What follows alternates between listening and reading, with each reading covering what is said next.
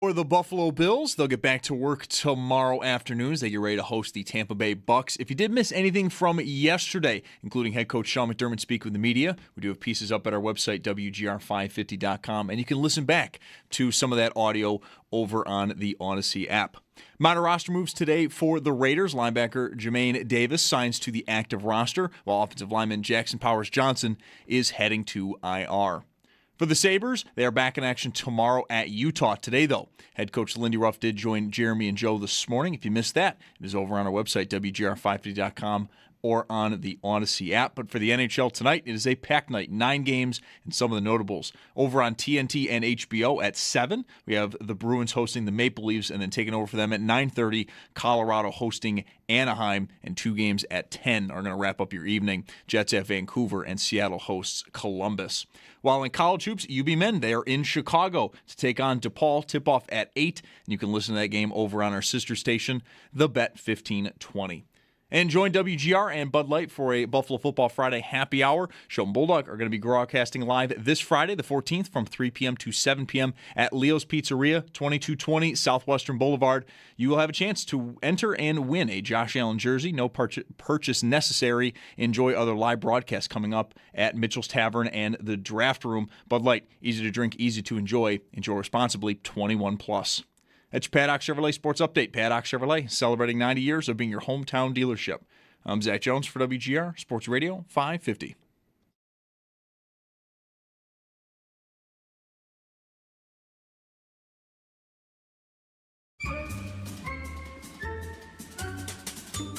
It's Mike Schopp and the Bulldog. Raisin Bran? You got to put Raisin Bran up there. Everybody knows it. It's Mike Schopp. Listen, get your own stupid old dying person team and choose your own cereals. And the Bulldog. I shall unleash my fury upon you like the crashing of 1,000 waves. That cereal is soggy. You reach into the fridge for the milk and open the lid on the milk to pour it in there, and that crap is already soggy. I am untethered and my rage knows no bounds. That's a problem for a cereal. A huge I think. problem. It's Mike Schopp and the Bulldog on WGR Sports Radio 550. Last night ultimately was good for me. If I was like just completely in Bills mode, I'd be like, okay, 10-7 again. Philadelphia and Green Bay. What happened to these teams? Two presumed good teams, maybe great teams, Yeah. contending teams, and that's what it looks like. I know they're on the other side. I can't really worry about that, Yeah. if ever, for a long time. But I can't believe what Green Bay was last night. They have injuries still, though. Love. Yesterday I went through, and I happened to tweet it at the wrong time, which was right when Brian Daboll got fired. So I was just not going to get a conversation about this, if I was to anyway, or were to anyway. But I found 14 teams that I thought were like on the cusp of having a quarterback crisis. Not all for like right now, Yeah. but it's almost half the league. Mm-hmm. When the sky's clear, we can really dig into this, because I don't know how these teams are, what they're going to do about it. Mitch Trubisky could be starting week 1 next year for somebody. No. Or has he removed himself from consideration by that ad at the drive-through? Is he officially a backup now? I mean, that's one thought. I think how he has played when given an opportunity is more the thing that would eliminate him from contention. Well, as dire as it might look, I feel like I want to still say I would be stunned if he got a look at a starting job. Last night I wanted to put Jordan Love on the list of iffies. I would even be surprised if he gets a chance to be like in something that has the appearance of a competition that already has a preordained winner. Like, I don't think Trubisky's even going to rate that. I think he's journeyman backup guy now. Maybe not the best example, but a lot of teams are going to be nowhere. I'm telling you now.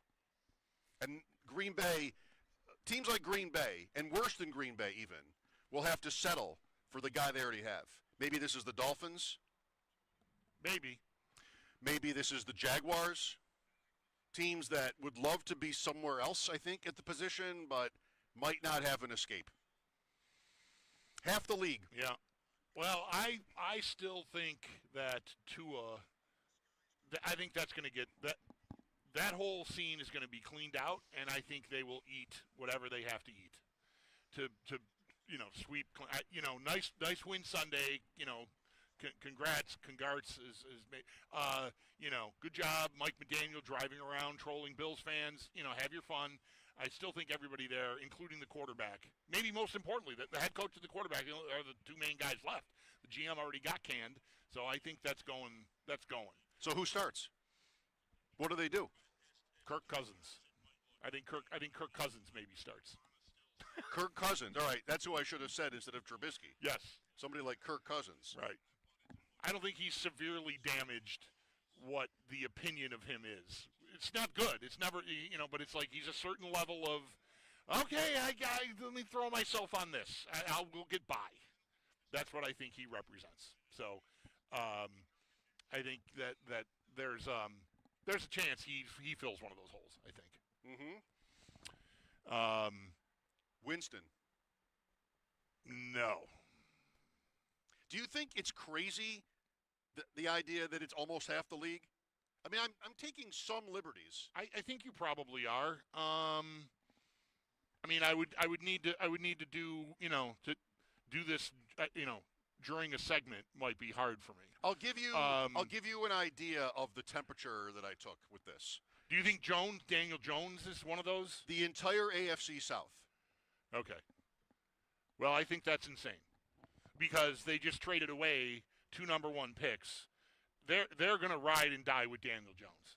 I think should go well. Even this year, if it gets bumpy and they come in with 10 or 11 wins only from here, which would be pretty incredible. They already have 8.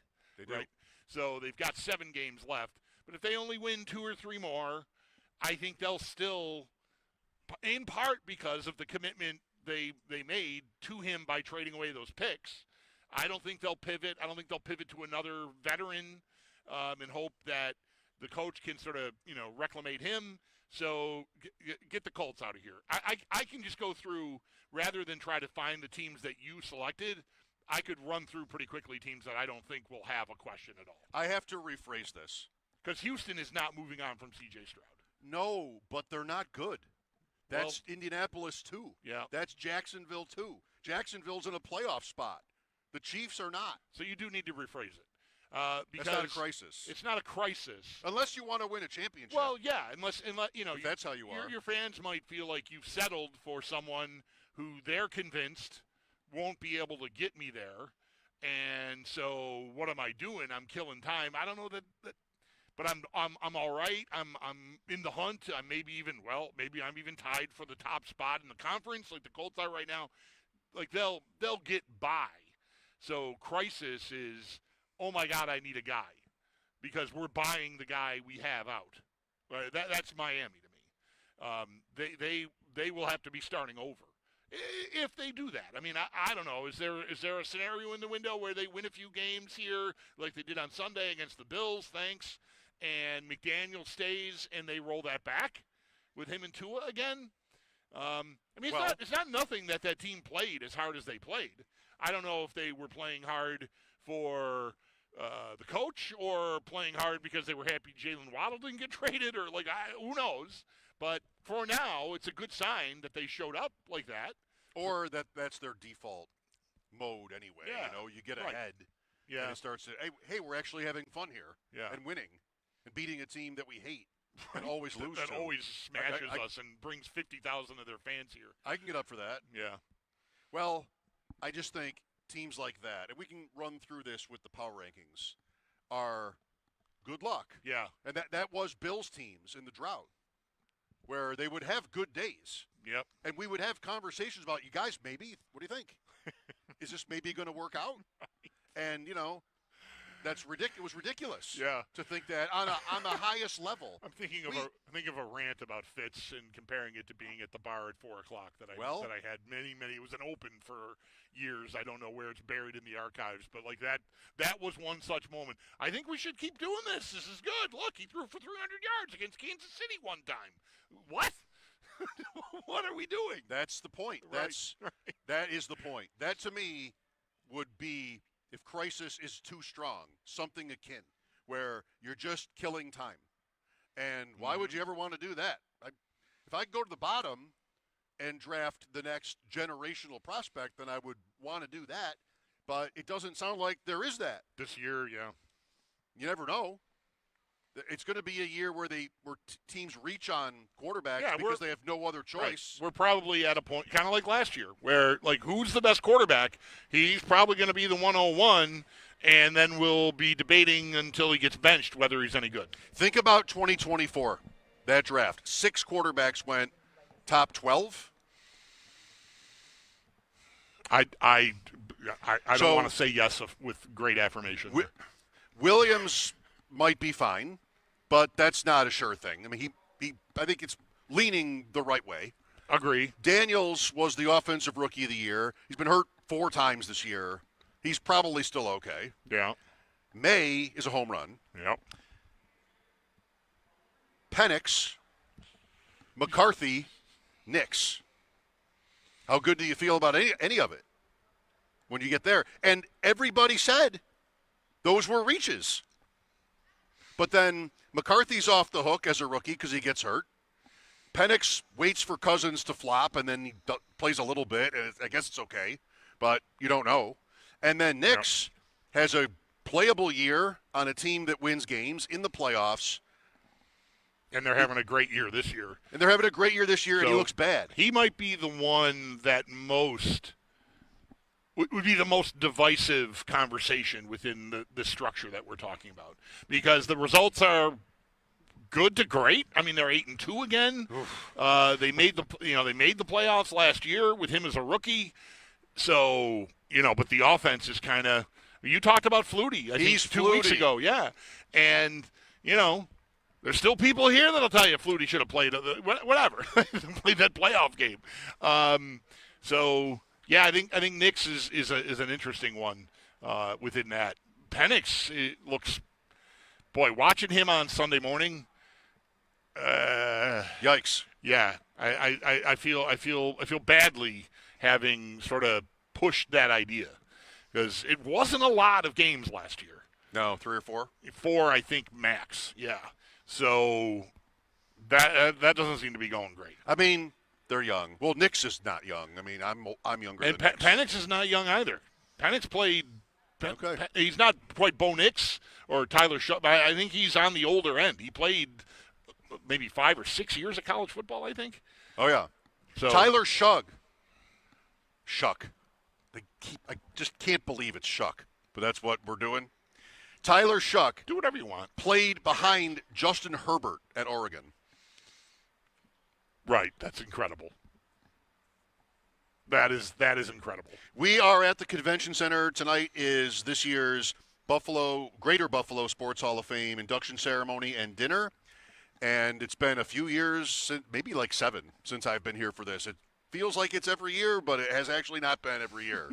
Technical stuff and COVID, and we looked it up yesterday. Like, it's been a long time. There was a year I was here pretty recently when Ryan Miller went in. That might have been 2 or 3 years ago that you were sick and were in studio and I was here by myself. Right. I didn't want to come here and get Ryan Miller sick. Right. And I think that might be the last time we did a show here. We tried one other time and it went sideways and we scrambled and went back to our respective corners. Last year was Gronkowski, and he called in. We were both in the studio last year. That's right. But you were saying yesterday, I remember the late Art Clark. Yeah, he just passed away. Yeah. And we were just there for that. It was 10 years ago. This is life. That really hurt. That really hurts. Pain. Like, I remember sitting with him. That was a thrill for me. I grew up watching him race cars at Holland Speedway. He's a legendary stock car driver locally. And getting to meet him and talk to him was really, really great. And I really thought that was like 3 years ago.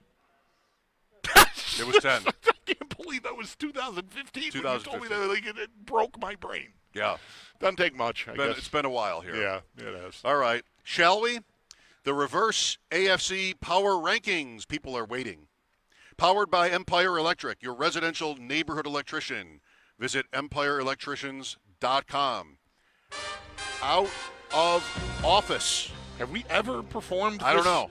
But exercise? I'm using the back of an Awaken script.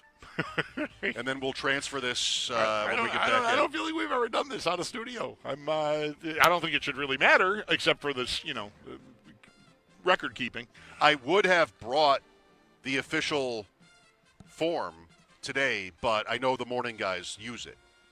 So I didn't want to leave them hanging because I didn't want to get a call like 6:15. Right. Like, are you up? Yeah. Especially, it's really because Howard picked the Bills this morning, and he needs it. They all need it. I'll say it. You won't. They all need it. All right, here we go. 16. Titans. Why not? Off this week. No. Off last week. Right. They had their bye the week 10. Week 10. Yeah. I didn't miss them. I wasn't even sure. Right. But they're back this week. So that's something to look forward to. 15. Put it that way. 15. I am going to say the Raiders. Oh. I think they're a candidate for one and done across the board. Yeah, me too. Gino, Chip Kelly, Pete Carroll, the whole thing. Just Mark Davis and that insanely ridiculous amateurish haircut he walks around with. Like, what are we doing here? Yeah, no. We're starting over again. This isn't working. How much am I paying all you people? We've won 2 games? Yeah, I could see him just flipping out. All right, you make a case. I'll go with you on that. I mean, Pete Carroll is maybe 74. Is this a program? Right. Right. I think the idea was we're gonna cut the line. We're not starting completely over. We're gonna bring Geno Smith over. We're gonna bring this established sort of, sure he's washed out a few times, but still Chip Kelly, respected offensive mind. We got a lot of experience. We're gonna do it. We'll show you, and it's not. They're not Narrator. Showing they're anything. not showing you. They're not showing you. No. 14. Browns. I want to give the Jets points like last week for their trades, and they did win against the Browns. All right. Yeah, I'm all right with Browns here. I also want to give them some credit, but I mean, whatever. I didn't know they were going to trade for all these number 1 picks when we made the bet about them not making the playoffs. That's right. By 29 Through is the 29. finish line. Then they need to make the playoffs by 29 for me to lose the bet. But I think ownership down, there's just that I'm not optimistic they're ever going to get it right. I put that in my will, by the way, today. That bet. The bet? Yeah. Okay. So you will owe my estate? my kids, my estate. That happens? Okay. If I'm not here to collect. 13. Jets. Okay. There's only so much credit I can give them. No, that's right. For trading away guys whom they drafted when they had multiple first-round picks in a single season to obtain multiple number 1 picks in the same year. Okay, good luck. I think it's a different GM, but I think that point could make it harder to do it, but no less right. I mean, okay, we tried, we didn't win, but it's still the right move. It just that point makes it harder to look good doing it. Yes, I would say to some. And not for nothing, like the quarterback stuff is going to continue into another week. Is that like they're just never going to say who their quarterback is? Thursday night. Come on, Aaron Glenn. I mean, Grow up. I don't need to know. I just think you're making a spectacle out of yourself for no reason whatsoever. Well, what should they do? Say who their starting quarterback is like agree. a normal team. I agree. Who should they go with? Fields. Right. Yeah. Okay, next question. Yeah, I mean, I know he threw for 4 yards or something. Well, He threw the ball to Brees Hall, who ran 50. But it was one of the worst quarterback days maybe ever. But they won, and might as well keep going. Might as well. Yep. At the Patriots Thursday night, then at the Ravens. I mean, go Jets, go. Fields, 6 for 11 for 54 and 42 on one play. Otherwise, 5 for 10 for 12. And the one play was a swing pass or screen pass to Brees Hall. Yeah. Right. Lost Wilson. But Not like he chucked it down the field or something. there's only so many times you can throw to everybody else on that team. Yeah. 12. It almost has to be Miami, I think, unless you want to go Jacksonville ahead of them, but I don't think I want to do that. Miami works. 11. Oof. Steelers. I'll just say it. I want to go Just- Jacksonville here. For the sport of it, give me Pittsburgh at 11. You watch that game? Oh, Sunday night? Yeah, I had it on. I wouldn't say I watched it. There is a difference. I There is a big difference. I had it on. I had it on. Zach says Jacksonville. I think I'll go Pittsburgh. Chances they miss the playoffs entirely. Fair. They have the same record as the Chiefs, who right now are out. 2 games left with Baltimore. Baltimore's coming. Can Cincinnati come hard enough to displace Pittsburgh? Well, they play this week, and the Bengals beat them on that night game, Right. that crazy night game where you got rich. Yes, right. So if they win again, they win in Pittsburgh, presumably with Flacco again, then wheels up for Baltimore, I guess. What did I do with all that money? Well, if you find it, you could bid on some jerseys. No, it's just in the bank account, which means it'll go toward a new dishwasher or something. And I don't know. No respect for the half rule. Yeah. No, I did. I bought some concert tickets that it turns out I can't use, but so that feels good too. We're a little bit behind. A total washout. Okay, sorry, we can hustle. 10. Jags or Houston? Jacksonville. Yeah. 9. Wait, I went Pittsburgh 11. Right, you're right. Okay. Jacksonville 10. Okay. 9. Houston.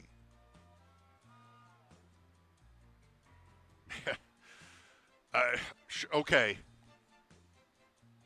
Like, they will keep going with Stroud. Yeah. Here's another team that loses its prodigy quarterback, and look what happens. This is the Cardinals. This is the Texans. It's not that Brissett or Mills, I know what I said we're behind, are great. You know what they are.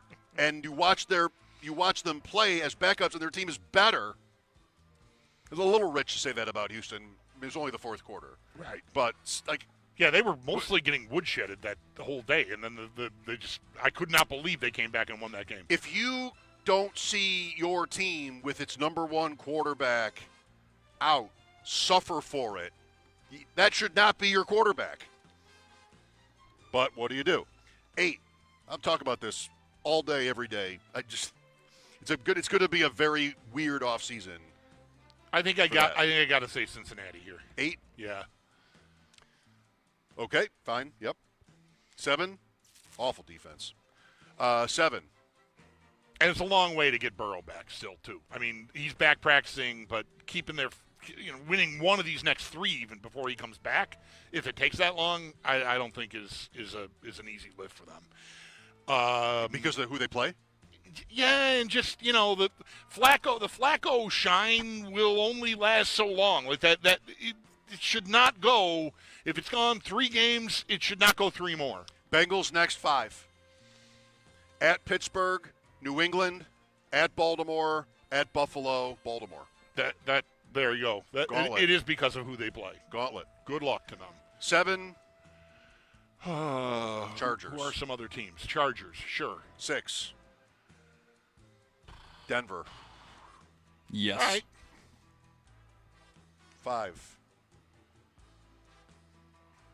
5. Bills? Are you asking or telling? No, Bills. I'm saying Bills. I'm legitimately saying Bills.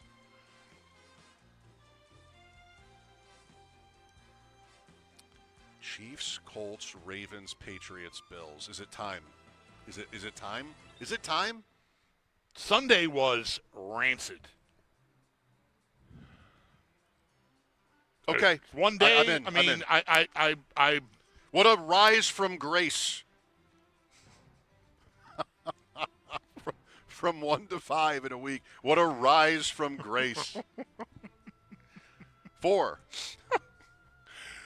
New England? Ravens. Yeah. Okay. To which? Baltimore? Ravens. Yeah. 3. I didn't know, did you say another team there? Zach said New England. I said New I didn't England. hear. I couldn't hear Zach. 3.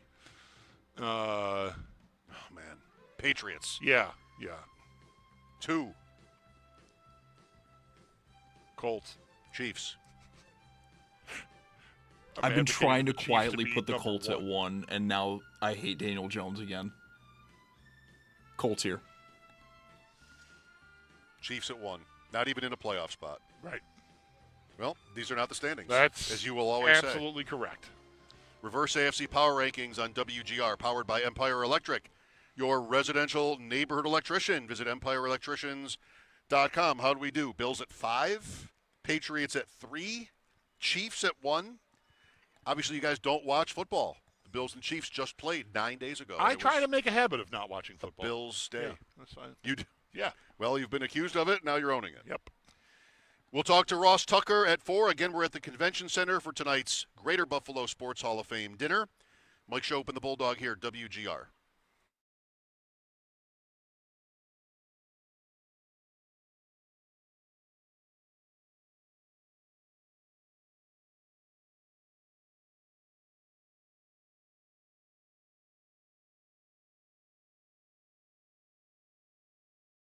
Mike Schopp here for Awaken 180 Weight Loss. No one likes to waste money.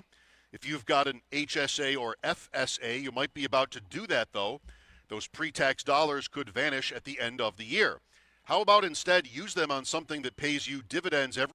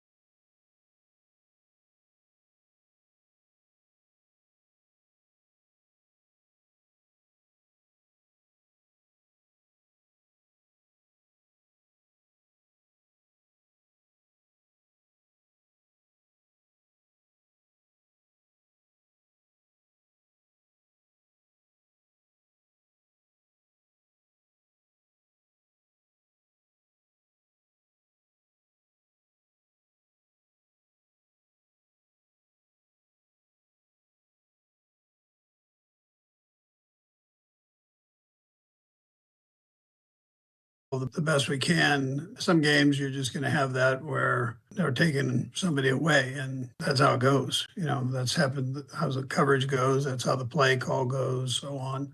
So we're not down on Xavier Worthy. We know he's a good player, and we like to get the ball in the good players' hands, the best way we can. So it just hasn't rolled that way.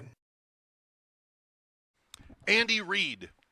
The Chiefs' last game was the loss here, and Worthy struggled in that game. For the year, 24 catches, 256 yards, 1 touchdown. What about his rushing, though, Mike? 7 for 73. Yep. No rushing touchdowns? Is that even better than Coleman? No. No, I don't think it is. He missed games, Worthy. Yeah, that's right. Immediately, that's right. One. Yeah, so his catches per game might be better than Coleman's. Coleman is 32, 330, and 3. Did catch a touchdown pass Sunday. And you know what? I spent some time last night while I was looking at whatever. I had Monday Night Football on, and I was going through some cut-ups from the Bills game. Joe Marino's Substack, which I like a lot. There are 2 long throws in this game that there are plays, and Joe highlights them, that Coleman does not really put forth much of an effort to help his quarterback out and try to make a play on a couple of balls. But there's a second quarter and a fourth quarter. I think that's the timing of them. It's a long play down the Miami sideline where the ball ends up, maybe you can remember it, the ball ends up out of bounds. Mm-hmm. Coleman beats, it's like one-on-one. There is not a safety over the top on that half of the field.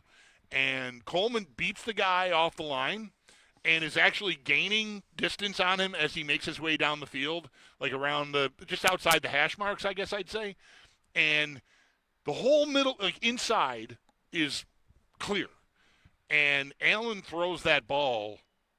It lands out of bounds. Like it might have been a play that if Coleman were running closer to the sideline, maybe you could, try to go up and high point it, right, contested catch. But the point is, he's got Coleman.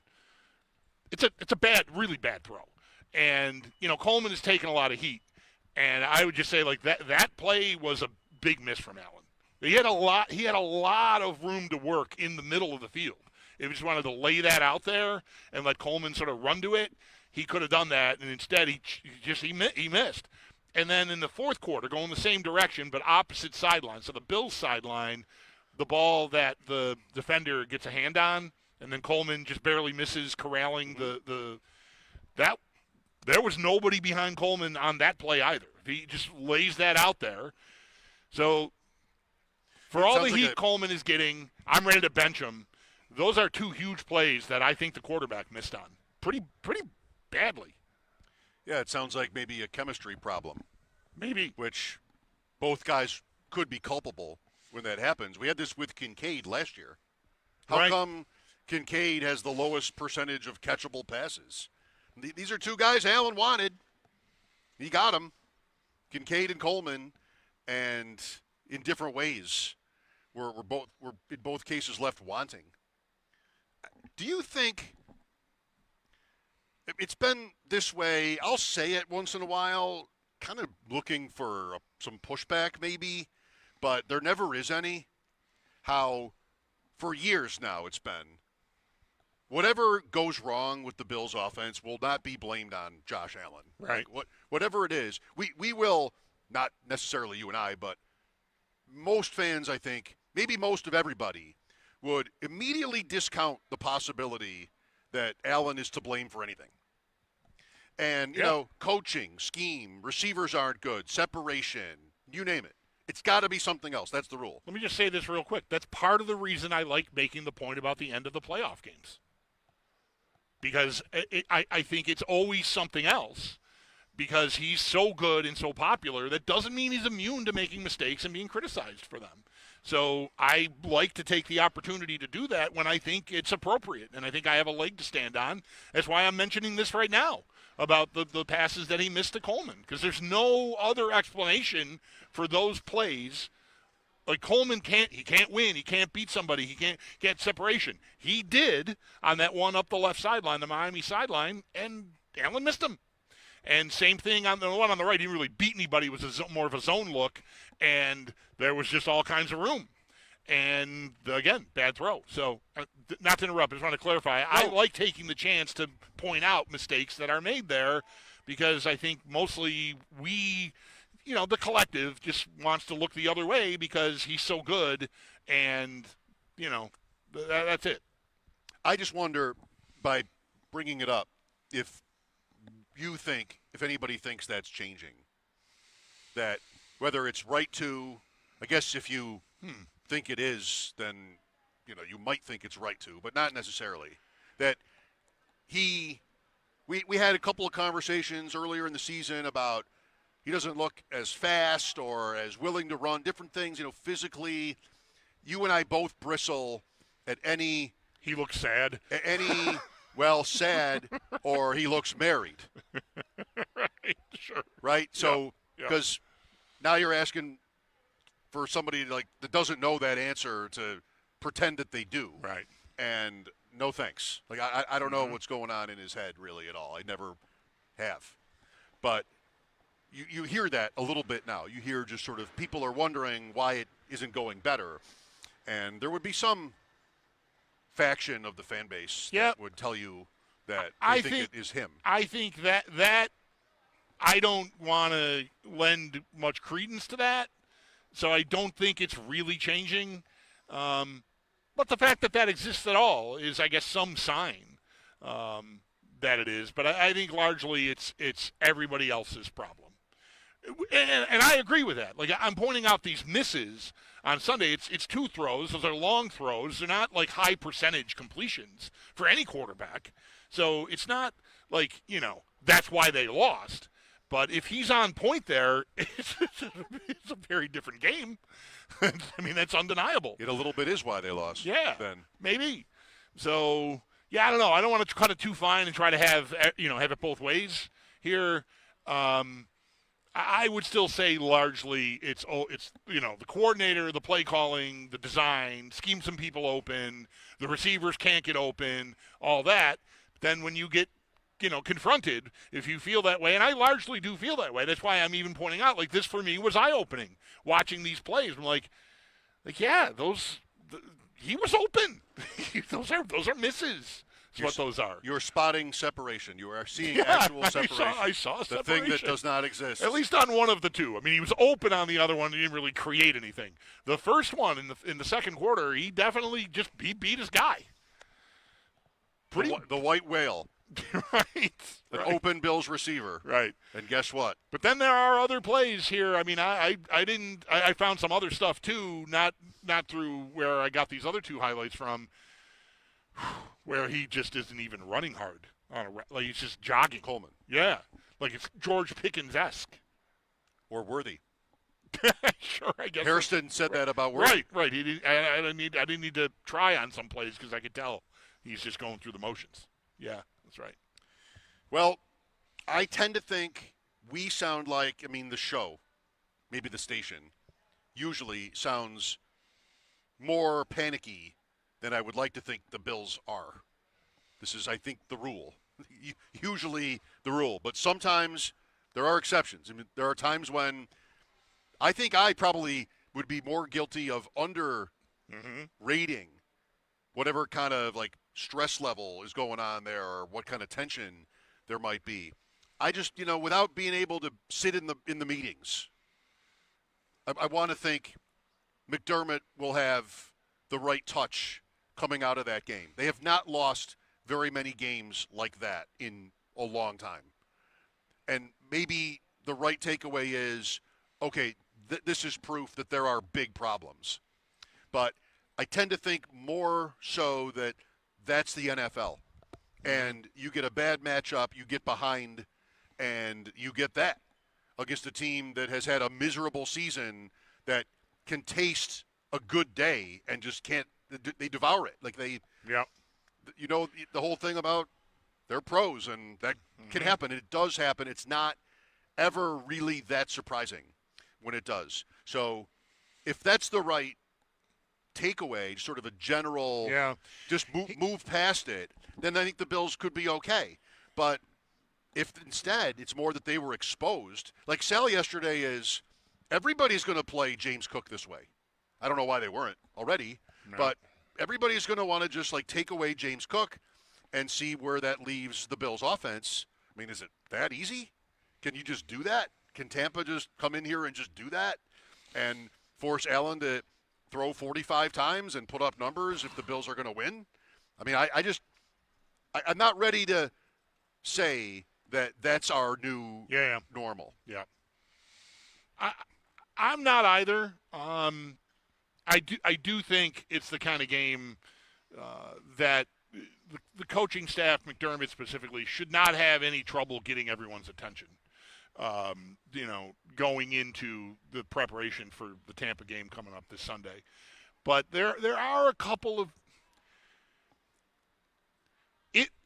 one thing that is different right now is what we know, or at least what we believe we know. It can depend from fan to fan how much they believe Tom Pelissero or any of the other, reporting that was done around the deadline. They, it seems, really wanted another guy, like a true number one guy at receiver. And so what does that tell you? Like, it tells, considering their public posture on the entire concept, that they were still aggressively shopping for a player that would basically just in one signing of the, however you confirm a trade, right? With one transaction, sort of shove everybody eats into the trash bin. And like, okay, it was a cool slogan, like the hats, but we need a guy. And then they didn't get one. And on top of that, now Kincaid is hurt. And he seems to be the most reliable thing they've had in their passing game. And he's week to week. So I wonder just how much panic would not be the right word. I doubt they're panicking. But there's got to be some heightened level of concern if they thought going into that game they didn't have enough at that position and wanted to address it and failed to. I mean, you're back to, all right, well, we got to work with it. And now Kincaid is pulled out of there. Maybe they get Palmer back, and that to some degree may offset it, but he's been nowhere near as reliable as Kincaid has been when he's on the field, and that's pretty rare too. So sometimes, I don't always, but sometimes I think it can be smart to sort of take your cues from what they're telling you. And while they didn't have a news conference and tell us these things, again, I believe them to be true. And what does that tell you? That tells you they know, or really felt strongly enough that they don't have enough there, and now that's what they have to work with. Ross Tucker coming up at 4. We're at the Convention Center for tonight's Greater Buffalo Sports Hall of Fame ceremony. Mike Schopp and the Bulldog here. Thanks for listening. This is WGR.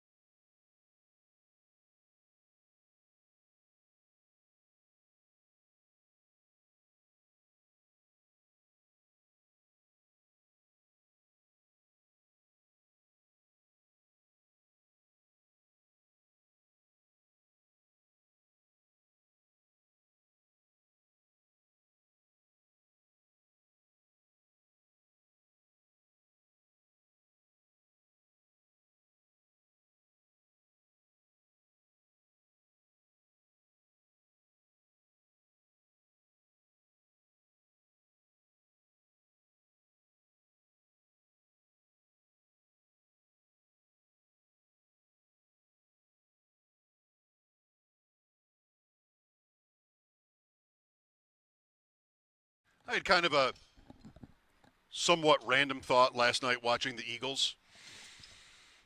What would be the over-under?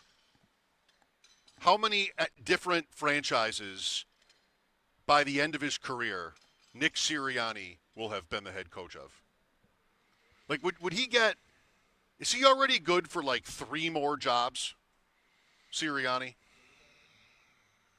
2? At least 2. At least 2. At least 2. You'd go over 2.5. No, I would go over 1.5. I don't know that 3's a lot. More. You're saying 2 more jobs. Two more jobs. Okay, so I'm thinking total. Oh, okay. Got it. Yeah. Gotcha. So from here, 1.5 would be my line, and I would go over. Will that would make sense? Yeah. He's good. Yeah. Is he good?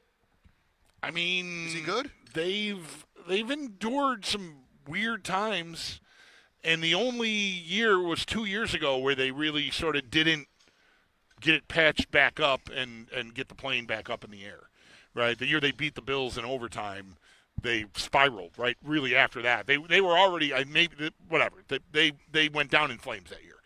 But, I mean, 2 Super Bowl appearances already, 1 a win. Yep. Yeah, no, he's getting jobs. But like Doug Peterson won a Super Bowl himself with the Eagles, got Jacksonville. He's nowhere. Yeah. That's not that long ago. No, it's not. Does he coach again? Head coach? Yeah. No. No? Well, I shouldn't say no. He could be the Bills' next offensive coordinator. And then and then go from there. Parlay that into a job. Yeah, he to me, if he wants to put that time in, there's a pathway back for him. That's actually not a crazy thing, is it? No. To say. To have the ring already, that's going to get you in the door. It's certainly going to get you the job as a coordinator. And then if that goes well, that can parlay itself into an actual head coaching gig. What about McDermott? I think a lot of teams would respect the build that has happened here from what they were when he got here to what they have become. And I think people in football will respect a lot more than I think a lot of fans currently do respect the work it takes to create the program and put all of that in place and have that working as well as it's worked here so far. I think that is a heavily underrated part of the job, period. It's not all just, scheming stuff and all that. I mean, that's very important. But I think some woebegone team could look at McDermott, a team that feels like they need a structure and like a clear vision and a respected voice. I think McDermott would walk into another job. I agree. I don't think that's Sirianni at all. It's a different hire. Yep. He's just kind of a crazy person. Yeah. I think maybe. And that has worked for him. And like that can work, clearly, in that profession. Like, he doesn't have to be. Yep. McDermott has at least nowadays, I mean, if not always, has a sense of calmness that he exudes that I think, like you said, teams will, like. Find that appealing. Right. Some teams. Yeah. Sirianni is a little more, he might embarrass you. Yeah, he might embarrass you. McDermott, I don't think, there's been missteps. There's no question. But Paul, I don't think he's going to. I think you'd feel like this guy's going to keep it on the road. He's 50 now. McDermott? Yep. Not old, but not young. Don't tell me either. Don't tell me 50's old. I don't want to hear that. It's not That's old. for sure. Good. But it's not young. No, that's for right. like your next head coach. That's right. And it's it's not. We think not imminent that he's going to leave here. Like that's right. It might be years before, if it ever happens, if it does happen, that he would be available. Ross Tucker coming up on this Veterans Day. After the update, we're at the Buffalo Convention Center for tonight's Greater Buffalo Sports Hall of Fame ceremony. Mike Schopp and the Bulldog, WGR.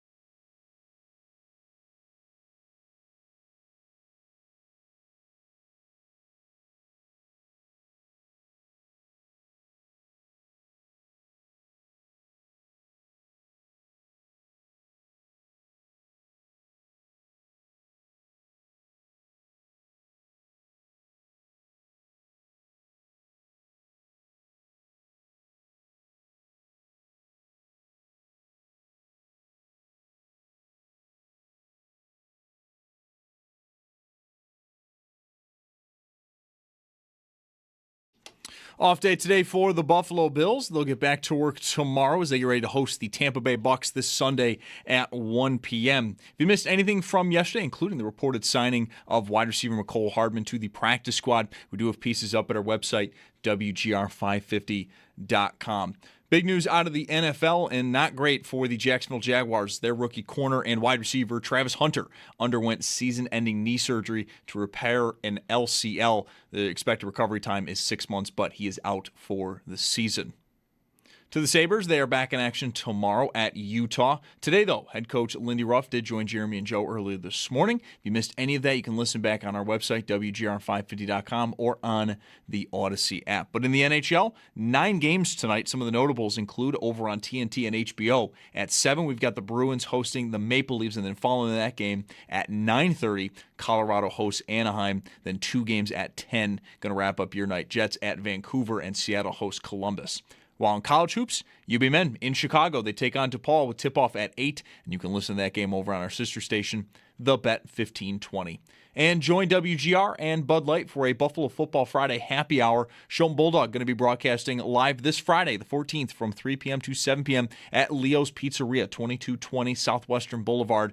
You will have a chance to enter and win a Josh Allen jersey. No purchase necessary. Enjoy other live broadcasts also coming up at Mitchell's Tavern and the Draft Room. Bud Light, easy to drink, easy to enjoy. Enjoy responsibly, 21 plus. That's your Paddock Chevrolet Sports Update. Paddock Chevrolet celebrating 90 years of being your hometown dealership. I'm Zach Jones for WGR Sports Radio 550.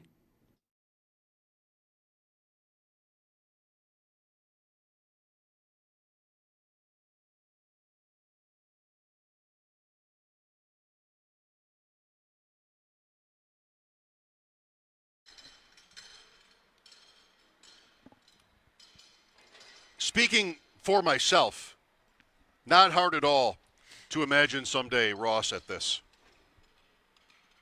Greater Buffalo Sports Hall of Fame induction ceremony. Look. Was he here long enough? I don't know. Veteran NFL player in the trenches, Bulldog. Ivy Leaguer.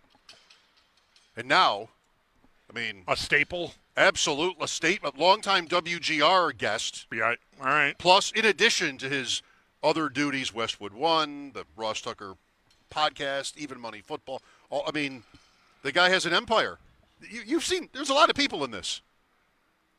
That is correct. That is correct. Ross, I am announcing my candidacy to nominate you for the Greater Buffalo Sports Hall of Fame someday. And I'm a little lukewarm. How do you feel about it, Ross? He's not sure. I love it. I'm actually already in several Hall of Fames. I don't mean to brag, but I am in the Pennsylvania State Hall of Fame, First County chapter. You have to say the second part really trailing away and low. Yeah. I try to make it sound like I'm in the State Hall of Fame, but I'm actually just in the Berks County chapter of the State Hall of Fame. Still good. It annoys me because on Monday night when I do games with Kevin Harlan, I listen to him with Kurt Warner. And he's always like, I'm with Hall of Famer Kurt Warner here on Monday night. Well, when I'm with Kevin, he never says that. And my question to him is, does it have to be the Pro Football Hall of Fame? Why can't I'm also in the Wyomissing Football Association Hall of Fame in Wyomissing, Pennsylvania. Again, I don't mean to brag, but it's kind of a big deal. I should be in the what's that town in New York where I did an appearance one night? I should be in their Hall of Fame. Like out by the stadium? It's kind of far away from Buffalo, but they do this cool night. I went with Dornbos and Don Maynard was there. Ooh. Hornell. Yep. Not Cornell. No, Hornell with yeah. an H. Gotcha. Right. You're clearly building a case. And, again, you have our, or at least my support. You know what I remember about the Hornell presentation? 2 things. One is, I don't know why, but when I was with the Bills, I wore a tan suit a lot. And when you're 320, 325, a tan suit is not what you should go with. like, you need to go with a dark suit. That tan just made me look bigger, you know? I needed to wear, like, a dark suit. Secondly, I'm sitting at the table, and the guy that's, like, running it is talking to some other guy, and he's like, yeah, ticket sales were down like 20%. I mean, you know, last year we had Thurman Thomas. A couple years before that, we got Jim Kelly. You know, with these guys, you know, and I'm like, hey, buddy, I'm right here. I'm right here. Like, can you move away when you like? I know I'm not as well known as those guys, but you have to say it near me. Let's use a little bit of truth here. Don Maynard, you can't catch sunshine. He was on our show years ago. I loved it. He was super cool.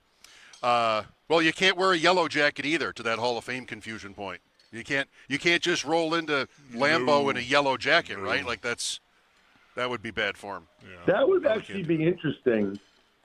Like, what would happen if I just bought a really nice yellow sport coat and just started wearing that to the games I was broadcasting on the radio?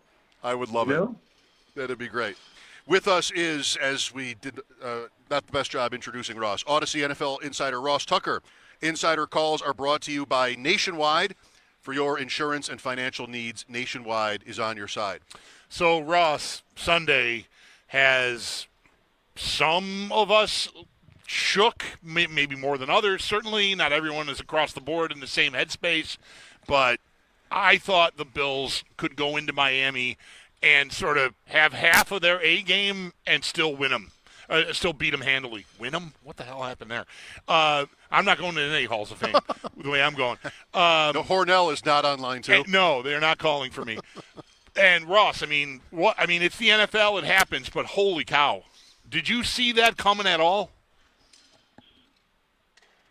No, because I thought they'd win the game, and you know I thought the Dolphins kind of had their one hurrah, if you will, against the Falcons, and then they outplayed the Ravens in the first half, and then after they lost, then they're trading away Jalen Phillips, who by the way was fantastic last night for the Eagles. So I kind of was not expecting, the Bills to lay that egg on the one hand. On the other hand, as I wrote on social media, at Ross Tucker NFL on Twitter X specifically, and a lot of Bills fans engaged with it and responded, we've talked about this now for 3 years, guys. Like, we've been talking about this. Now, listen, maybe I missed a year, but I'm convinced they do this every year. We talked before the season and early in the season how critical it was that they took advantage of their opportunities this year to get the number one seed, and that they didn't lose games that they have no business losing this year. Well, this was that game. And a lot of the Bills fans replied to me and said, no, Atlanta was that game. Atlanta was that game. Atlanta, I feel a little bit differently about, because at least at that point, Atlanta still felt like they were a decent team, and it was a primetime game and Monday night game. This was a Sunday one against a divisional opponent that knows they're doing nothing this year. And it wasn't just that they won. They won handily. This wasn't like a last second, oh, man, we blew it. This was we got our you-know-what's kicked by a bad team. And so now the number one seed is the least of the Bills' concerns at this point. And, man, I'd be in a bad headspace if I'm a Bills fan right now, because I would be very nervous that the reign of control as AFC East champs is over, and that you have a bunch of AFC East championships to show for it, but no Super Bowl appearances during whatever it's been, 5-year run, 6 years, you guys tell me, and now it's over, and there might be a new kid on the block who's the old kid who used to beat us up all the time. So, Ross, as far as like how they can fix their problems, this game Sunday, they had a lot of them. There was also, in the wake of the trade deadline, talk about the Bills trying for Jalen Waddle or even maybe Quinnen Williams. Wonder what that means to a team, if anything, psychologically. Where to start here? When it's this season, when teams can handle James Cook, as backwards as this might seem with an Allen team, they can get away with it. And that's like, it seems, the key to beating the Bills. So is it going to be as simple as that going forward? Can the Bills find more in their offense, in their passing game, to make this okay? Well, they're going to have to. Yes, I think they can. I mean, it's not a good sign that they just signed McCole Hardman. I mean, I'm okay with trying to other guys, but I don't know what the Dolphins were asking for Jalen Waddle. But if you think about it, if they got Jalen Waddle, they'd probably just win Sunday's game. The addition for the Bills and subtraction for the Dolphins, that might have been the difference in Sunday's game. What's that worth?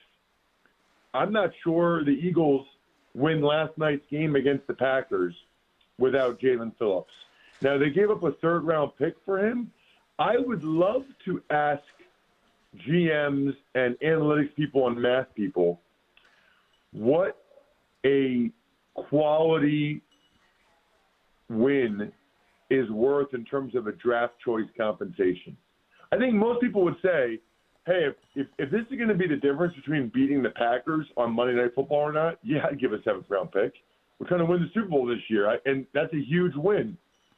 Is it a sixth-round pick? Is it a fifth? Like, I don't know what the number is, but there's a number clearly that you would give up a draft choice for a victory, an important victory. So I'd love to know what the Dolphins wanted for Waddle. I'd love to know what the Bills were offering. What I'm not a huge fan of is these reports on Sunday. The Bills were the highest bidder for this guy. The Bills tried the hardest for this guy. I'm a huge fan of Brandon Beane. I think he's done a really nice job. But it's kind of like what Mike Vrabel said. This is not horseshoes. This is not hand grenades. This is NFL transactions. There is no close. Close is not even a thing. Right. That's like saying, oh, we almost drafted this guy, but then the team ahead of us drafted him. Yeah, nobody cares, ever, forever, never. Like, that's the part where I'm not a fan of, like, I don't know, saving face leaks, if you will. Yeah. It doesn't matter that they were close. Well, that almost makes it worse. That almost makes it feel worse. 100%, I agree, Ross. We've talked some about this. The reporting is that it was a first and a third that the Bills were willing to send to Miami, and the hang-up was that the first was going to be in 2027, and they wanted it to be in this upcoming in 2026, and that was the problem. And I agree with you. If you believe that reporting, I think that makes the Bills look worse, because what's the difference between giving up the 20? I mean, that makes it just look like you backed away because you didn't want to pay that price. And I think most Bills fans would have gone, yeah, I'll pay that price. I mean, easy for us to say out here, right? We don't have to do Brandon Beane's job, but I don't know. If they leaked that story thinking it was going to help them, that they tried really hard to get Jalen Waddle, the specifics of it undo any goodwill that they might have got. I don't want to speak for everyone. Maybe somebody likes it. I don't know. But to me, it just says failure. You know what's funny about that, too, is I've spoken with multiple executives from teams that have told me they would much rather, and they think every team would say this, much rather have first-round picks in 2027 than 2026. Yep. They've done the work, and if you look at college football, both at quarterback or some of these guys like Jeremiah Smith and Ryan Williams at receiver, the 2027 draft has the best players in college football right now. The 2026 draft does not. And so I had a guy tell me recently, I think most teams would rather have stockpile first, like the Jets. They got a first-round pick for Gardner in 2027 and a first-round pick for Quinton Williams in 2027. That wasn't like an accident. That was on purpose because they think there's going to be better high-end players in that draft. So that really, Bulldog, doesn't make sense. With Ross Tucker on the Wester Hotline, Insider Calls brought to you by Nationwide. For your insurance and financial needs, Nationwide is on your side. Well, New England wins again. Nice win in Tampa. Indianapolis pulls it out in Berlin in overtime against Atlanta. Denver, 10-7 on Thursday night. Of course, 10-7 also the score, oddly, last night in your game. So it didn't get easier in the standings. Just as we've talked about, here we go into Week 11. Bills, Chiefs, both, well, the Chiefs aren't even in a playoff spot. Right. Bills in a wild card spot. Baltimore in there, too. Maybe they get through and win their division. But very different and interesting time in that way in the AFC. Yes. You know, and what's funny about that is, like, the Broncos have won 7 straight. They're 8-2. They're home on Sunday against the 5-4 Chiefs, and the Chiefs are favored by 3.5. You know, that's the thing that you know, people are like, oh, you are what your record says you are. I mean, technically yes, but that doesn't mean that's who's really the better team. You know, I mean, nobody thinks the Broncos are better than the Chiefs. Nobody. Their record is, and they might, as a result, end up getting, you know, winning the division, but nobody actually thinks that they're better. I think you could say the same thing about the Ravens and the AFC North.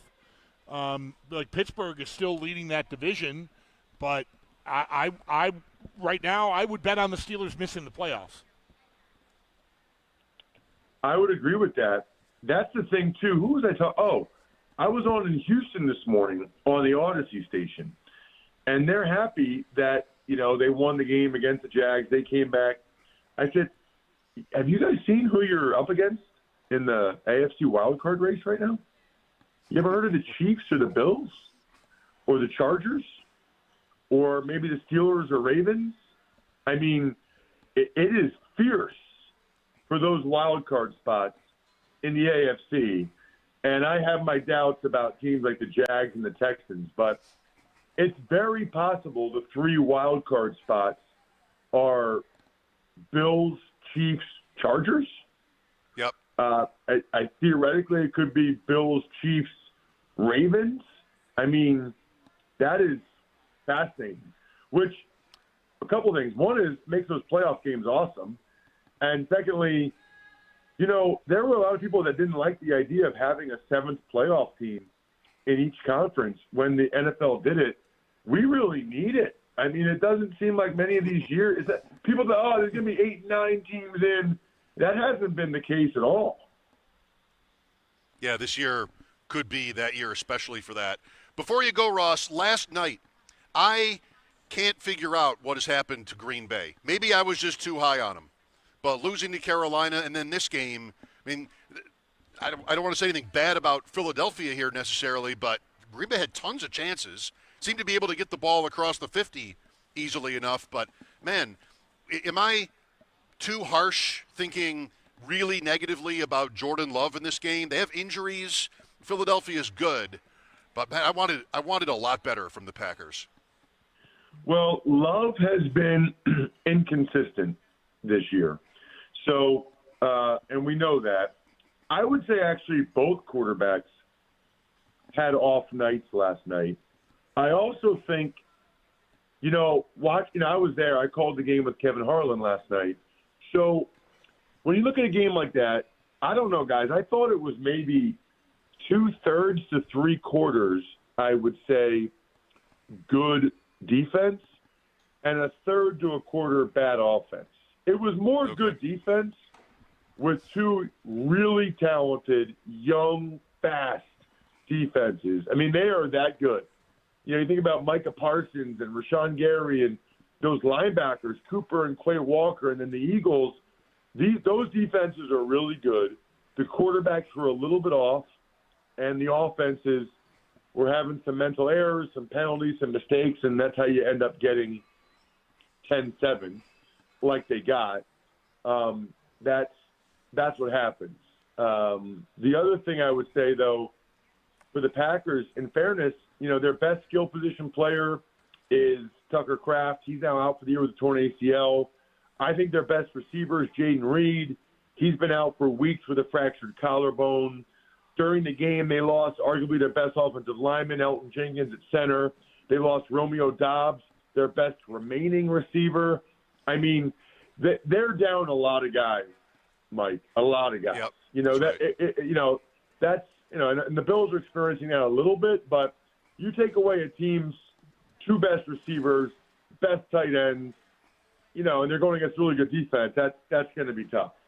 I know it was pretty cold. Was it windy, really windy? I didn't watch closely enough to know. No, it was not. It was not. I mean, there was some wind, but that was not a major factor. Okay. You got time to tell us how you get out of there? Like, not just Green Bay, but any one of these games. Like 11. What time are you packed up? 11:30, and you're home when? This morning? Well, couple things. So, if it's a West Coast game, I always take a red eye. Different stadiums are more difficult to get out of. Packers is about a 10 to 15 minute sit there, but we do like a 20-minute post-game show. So that helps get some of the people out of there.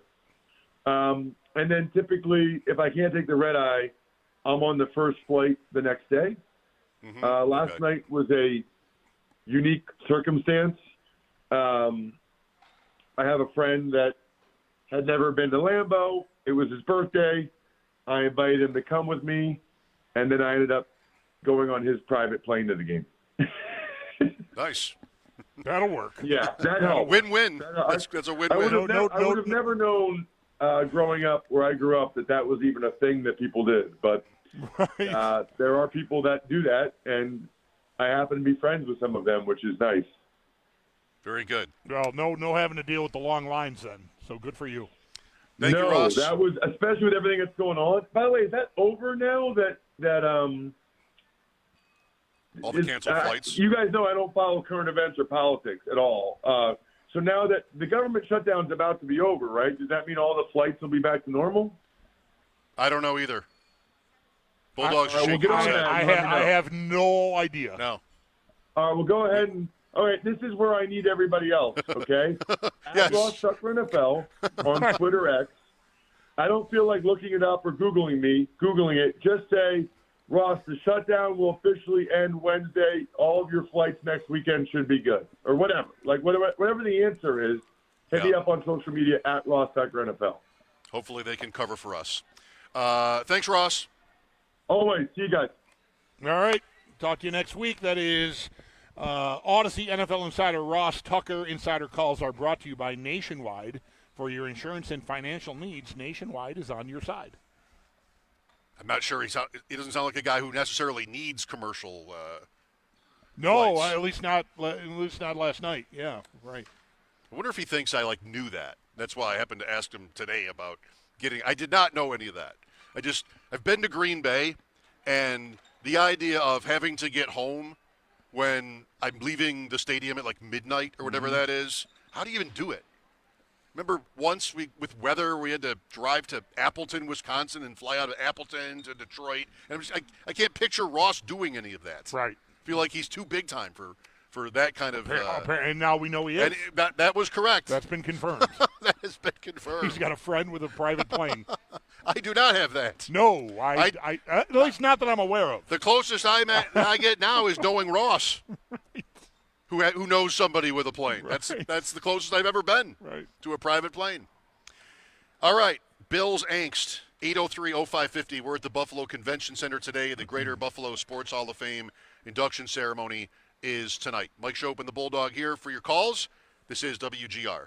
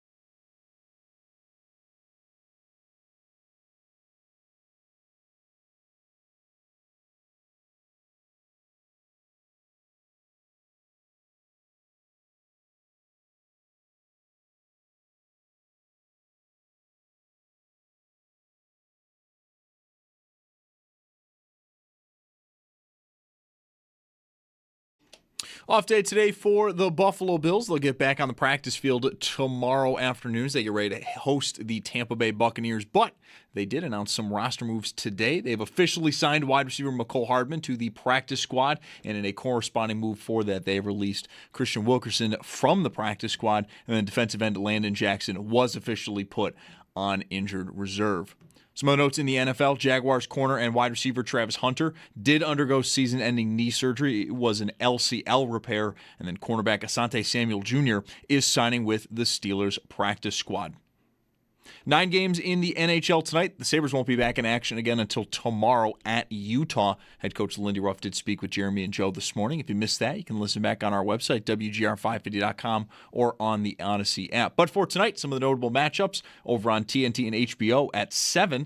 Bruins host the Maple Leafs, and then continuing on with TNT and HBO at 9:30, Colorado hosts Edmonton, and 2 games at 10 are going to wrap up your evening. Jets at Vancouver, and Seattle hosts Columbus. While in college hoops, UB men, they're in Chicago to take on DePaul. Tip-off at 8, and you can listen to that game over on our sister station, The Bet 1520. That's your Paddock Chevrolet Sports Headlines. Paddock Chevrolet celebrating 90 years of being your hometown dealership. I'm Zach Jones for WGR Sports Radio 550.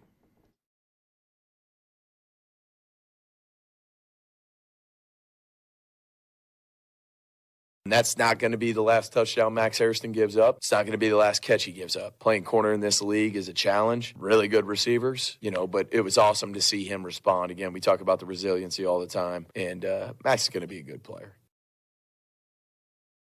Babbage, one of the few bright spots Sunday for the Bills. Maxwell Hairston with that interception in the loss to the Dolphins.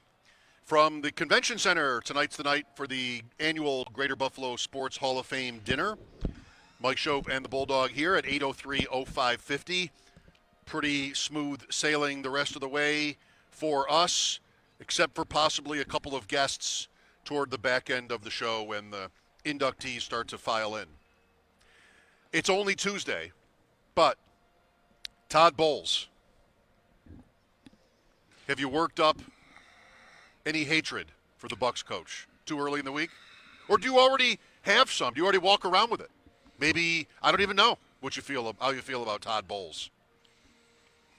I sort of like rooting for Todd Bowles. So I'm gonna have to get back to you. I'm gonna have to dig in. Yes. And clearly. and find some actionable content for you on Todd Bowles. Yes. Remember, it took me until Friday of the game, the Carolina game, to get something on Canales. And please don't ask me what that was because I've forgotten already what it was. But I know I did come with something Friday early in the show. I even I think we're supposed to. I made a big deal about it. Like, what did I tell you what I've got here? And it was armpit fart noise basically. But I did get there. So I'll dig in. You need it. We needed it tonight while I'm watching Leafs Bruins on TNT /HBO Max /whatever. I'll do some Googling. I'll go find some goods on Todd Bowles. I watched a game recently that he played in. Okay. There's Todd Bowles. All right. Super Bowl 21. Was he any good? I don't remember. It didn't make a profound impact on me, right. His play. But I see here at Pro Football Reference that he did have a tackle in that game. Do you have any nicknames? Oh, I don't see any. That could be a good place for me to start. Unfortunately for you, I don't see any. A good place to start. I mean, this is the most frivolous possible place to start. But that's how I like to do it. It's still a place to start. Yeah. Right now I'm an empty set right now, and I have not pulled anything in yet. So I would like to start with that, but I can't. Obviously. Earlier I brought up Nick Sirianni and then Sean McDermott. How many teams do you see them coaching over the course of their careers? Like, both guys have been very successful in their first job, in their first head coaching job, and maybe they both last in those jobs a long time. Has either done enough? So we talked about this last hour. Has either done enough where if they were to be out for whatever reason in their current job, that they'd get scooped right up. And you kind of think yes. I think both are yeses. Yes. Bowles has coached 3 franchises. Right. The Dolphins as an interim coach, and then the Jets for 4 years, and then Tampa, which is now his 4th year in Tampa.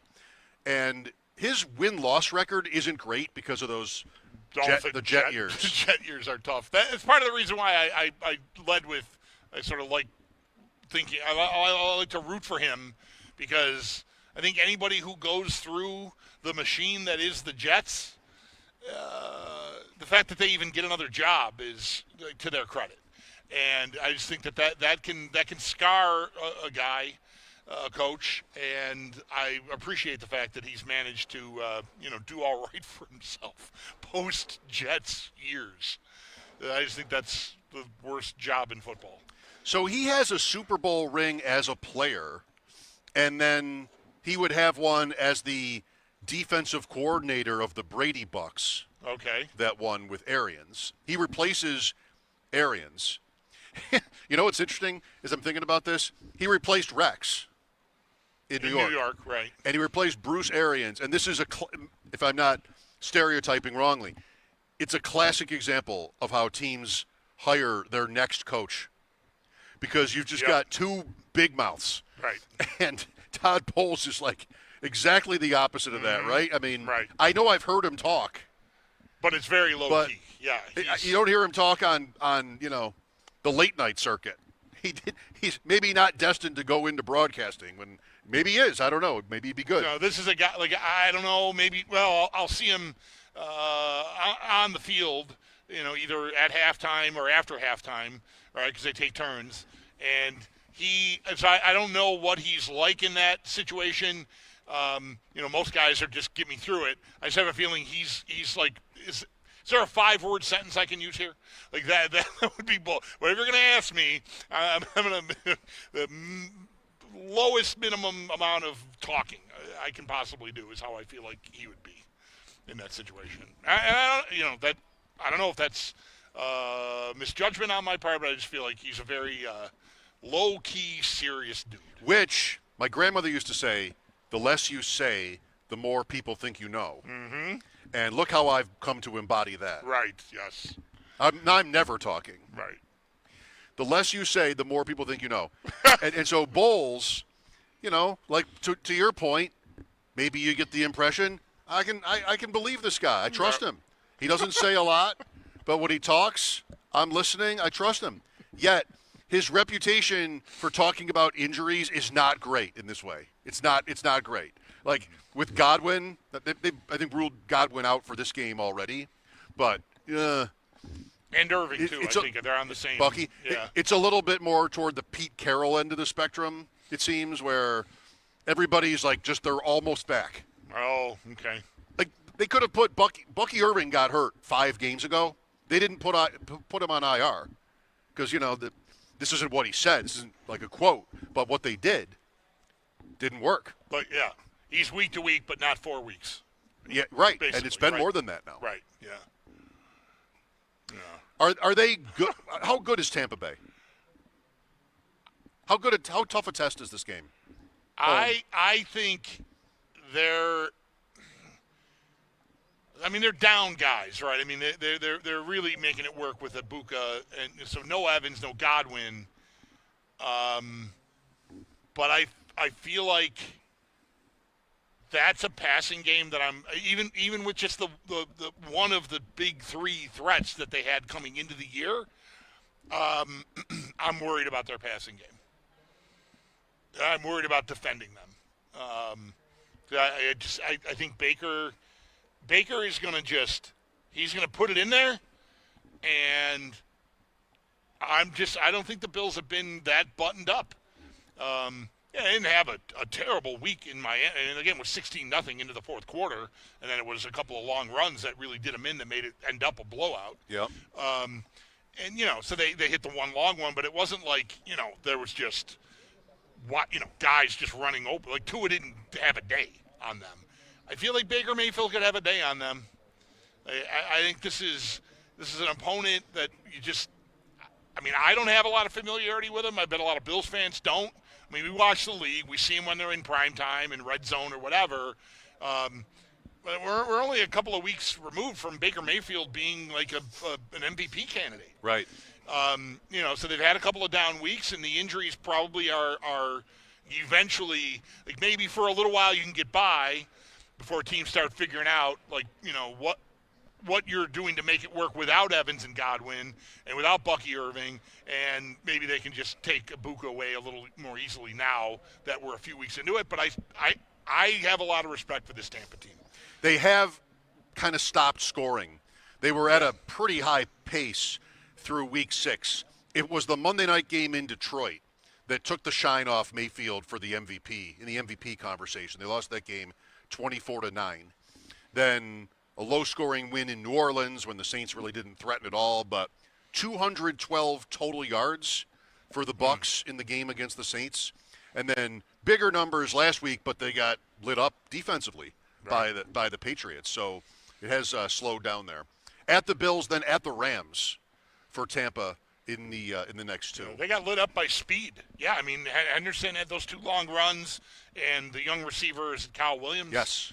I mean, that was, fire up the Jets. That was just a crossing pattern, and then he just ran away from everybody. Another perfect throw. Yeah. See the Diggs touchdown? Yes, I did. That was pretty slick. Yes, that really was. That was 4th down, too. It was 4th down at the 1. I had the game on in the radio when it happened.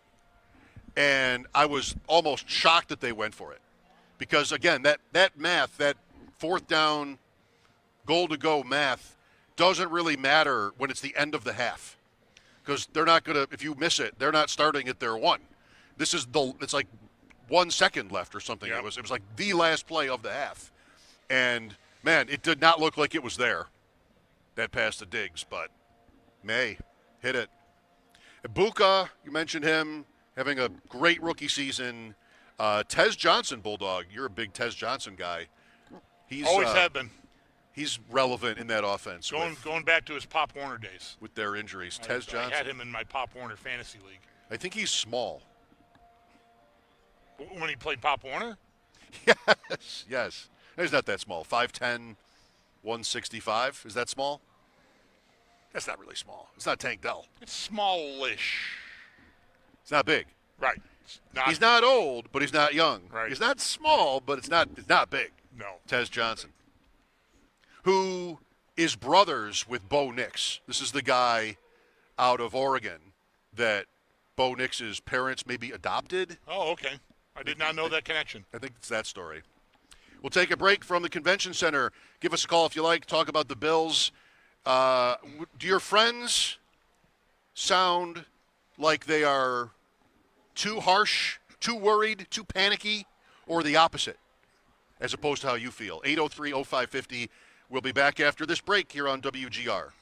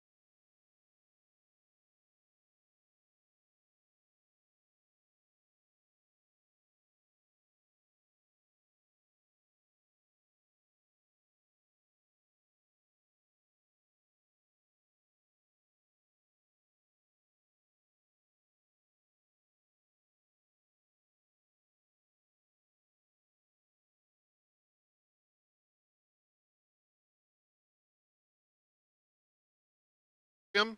Sure. Or in the rink, even not in Buffalo, but like the Islanders when they had there was a truck in the corner. Often I watch the odd European ice hockey contest. There's often a vehicle in the low Just seats on display. Yeah. Are the Islanders fun? What? No. No? No. My buddy who's an Islanders fan says they are for the first time. Yeah? That defense. Well, that Schaefer looks great, but I don't know. Not the word you'd use. I mean, I haven't watched them because I think they're never fun. So I might be missing out. You might. It's possible. You might be wrong. They are not a choice I would get to if I've got, what is Zach saying, 9 games tonight, whatever. They are not whoever they're playing. No. Let me watch a game that might be fun. Who is fun? Anaheim is fun. Well, when did that happen? I don't know. They traded away Zegras. Leo Carlson is just killing it. They're fun. San Jose is fun. Celebrini, I didn't look after last night, but going into the weekend or coming out of the weekend, he was tied for the lead in scoring in the league. Macklin Celebrini, second year with San Jose. Right. So they're not – Anaheim's record is incredible. San Jose's not that yet, but Celebrini is a ton of fun. Chicago is battling it out with, I think, Colorado and Winnipeg in their division. That's, Bedard. So there's some new blood that is – in the West, at least. In the West, at least. That's right. And now I looked at the standings today. Before their game last Tuesday, the Sabres played, was it Utah? Yeah, they played St. Louis on Thursday, so Utah last Tuesday. I remember talking with Paul during pregame. There were 11 teams, I think, in the Eastern Conference that had either 13 or 14 points. The Sabres were among them. They are now the only team in the Eastern Conference with 13 points. Yep. I mean, it's a week. All you got to do is not win a couple times, and everybody else does, and that's the end of that. So that's where they are. Last in the conference. Last in the conference, 15 games, 5 wins, 4 in regulation, 1 in a shootout. And the news on the roster just gets it's worse incredible every time. Every time Lindy Ruff talks or there's a practice and Paul and all the other people who cover the team, it's just the news just keeps getting worse. Zucker hasn't had solid food in 9 days with whatever is stricken him. Kulik is going to be long time now. Like, that sounds pretty scary. Blood clot. Darlene's taking a leave of absence. We all understand. It's just like the news is just as bad as it could be for them. I think. What can you do about it? You can't replace all those guys. No. At all adequately. What can anybody do about it? Shake your head. Without, not that this hasn't become completely depressing and redundant and has been for years. Without that, but with this record, it's like house cleaning. I mean, that's what would kind of be the obvious step. Not that they would do it, but there's your next opportunity to do that. It's like we're starting another season of hope here, and they're 5-10. But you have these incredible, scary, sad stories within the roster. And, I mean, I don't like to put it in these terms, but it's sort of a kind of an out. Because what are they supposed to do instead? I mean, call up all the Amerks and try to beat good teams? I mean, it has not been a good start anyway. Like, I don't know that calamitous is overstating it.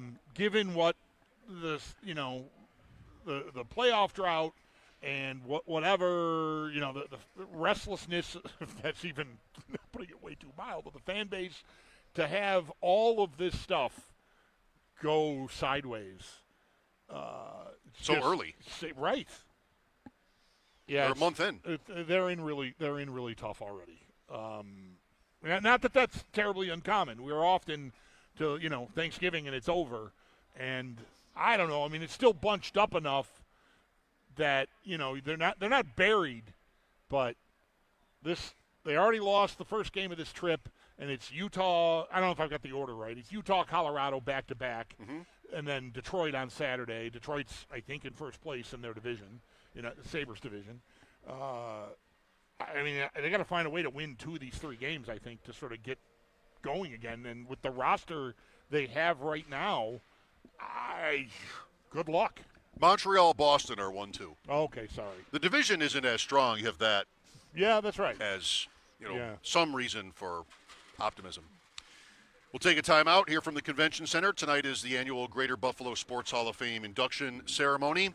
Love to hear from you on the state of the Bills, 803-0550. Is it as bad as your friends say, or as we sound, or is it as good as that? What are you sensing from other fans around you? Mike Schopp and the Bulldog here. This is WGR.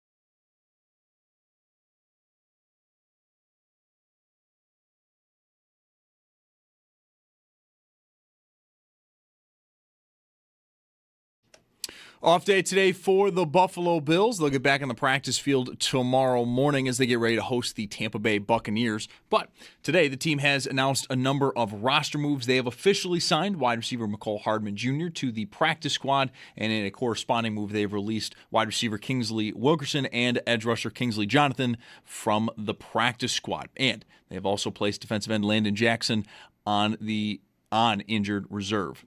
Jaguars corner and wide receiver Travis Hunter did undergo season-ending knee surgery today. It was an LCL repair. And cornerback Asante Samuel Jr. is signing with the Steelers practice squad. For the Sabres, they're off today. They're back in action tomorrow night at Utah. Today, though, head coach Lindy Ruff did join Jeremy and Joe. If you missed any of that conversation, you can listen back on our website, WGR550.com, or on the Odyssey app. But tonight in the NHL, 9 games, and some of the notables over on TNT and HBO at 7. It's the Bruins hosting the Maple Leafs, and then staying with that at 9:30, Colorado hosts Anaheim, and 2 games at 10 are going to wrap up your evening. Jets at Vancouver, and then Seattle hosting Columbus. While in college hoops, UB men, they are in Chicago to take on DePaul. Tip-off at 8, and you can listen to that game over on our sister station, the Bet 1520. And join WGR and Bud Light for a Buffalo Football Friday happy hour. Show 'em Bulldog broadcasting live this Friday the 14th from 3 p.m. to 7 p.m. at Leo's Pizzeria, 2220 Southwestern Boulevard. You'll have a chance to enter and win a Josh Allen jersey. No purchase necessary. And enjoy some other live broadcasts coming up at Mitchell's Tavern and the Draft Room. Bud Light, easy to drink, easy to enjoy. Enjoy responsibly, 21 plus. That's your Paddock Chevrolet Sports Update. Paddock Chevrolet celebrating 90 years of being your hometown dealership. I'm Zach Jones for WGR Sports Radio 550.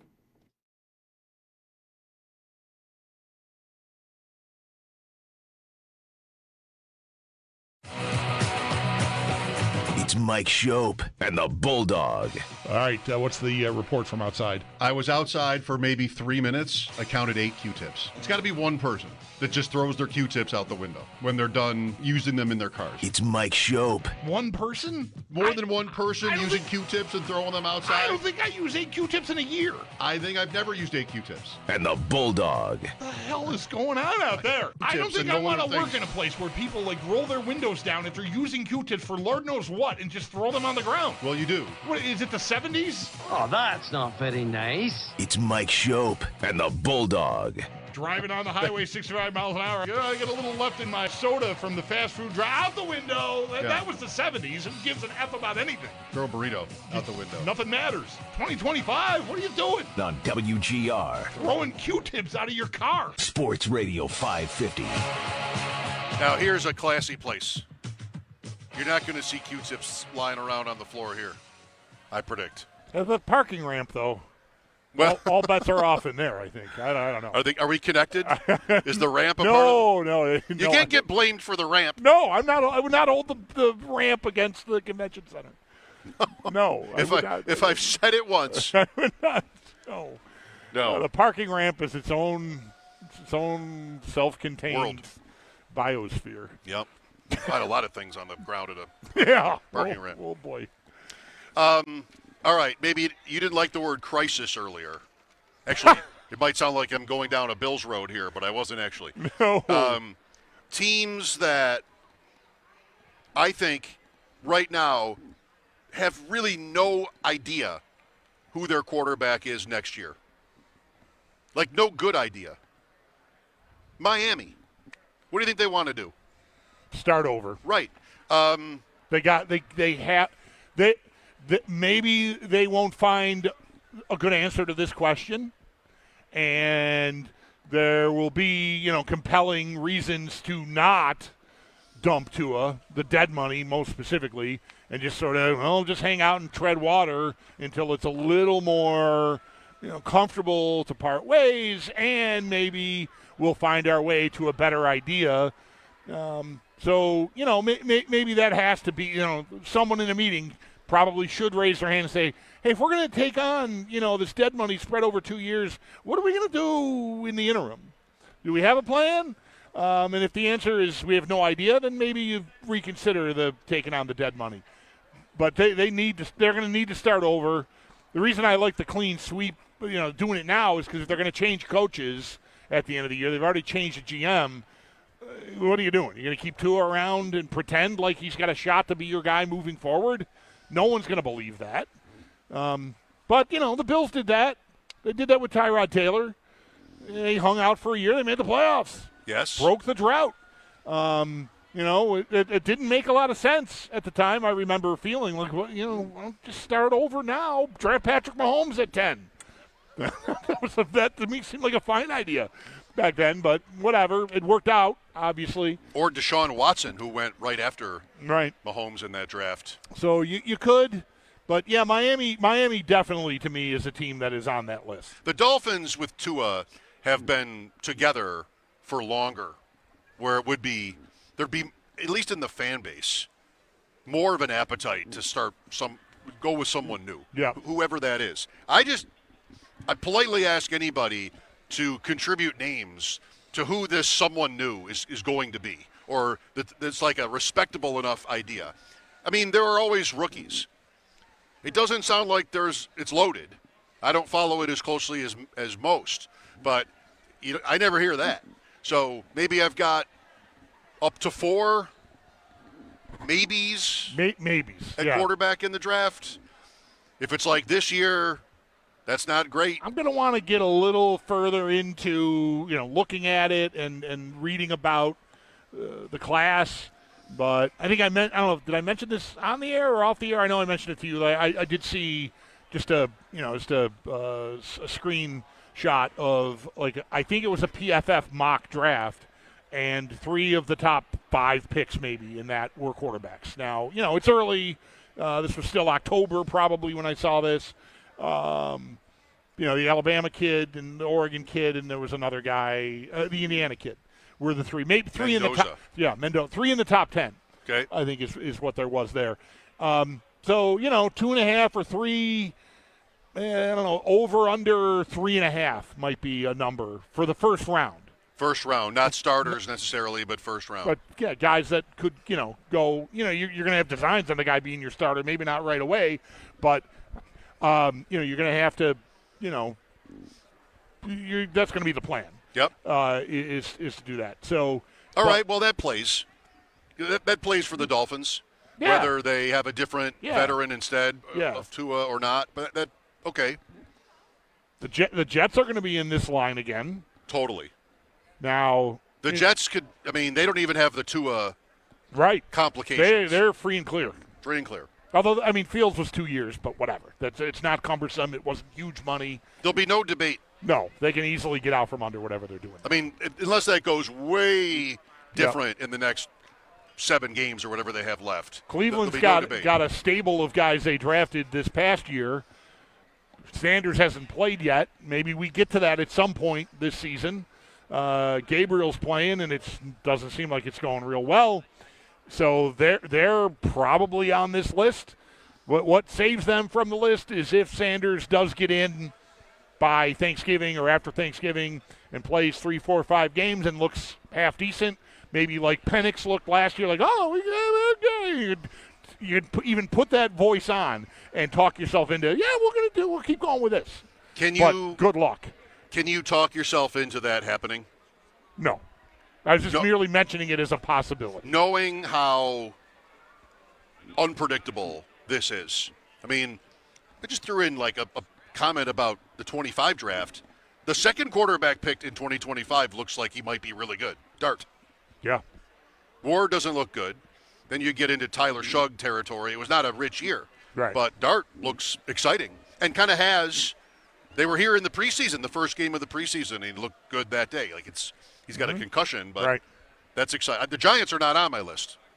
No, that's a plan. He's their week 1 starter. Yeah. No doubt. Yeah. If healthy, no doubt. No question. Yeah. Dolphins, Jets, Browns, Steelers.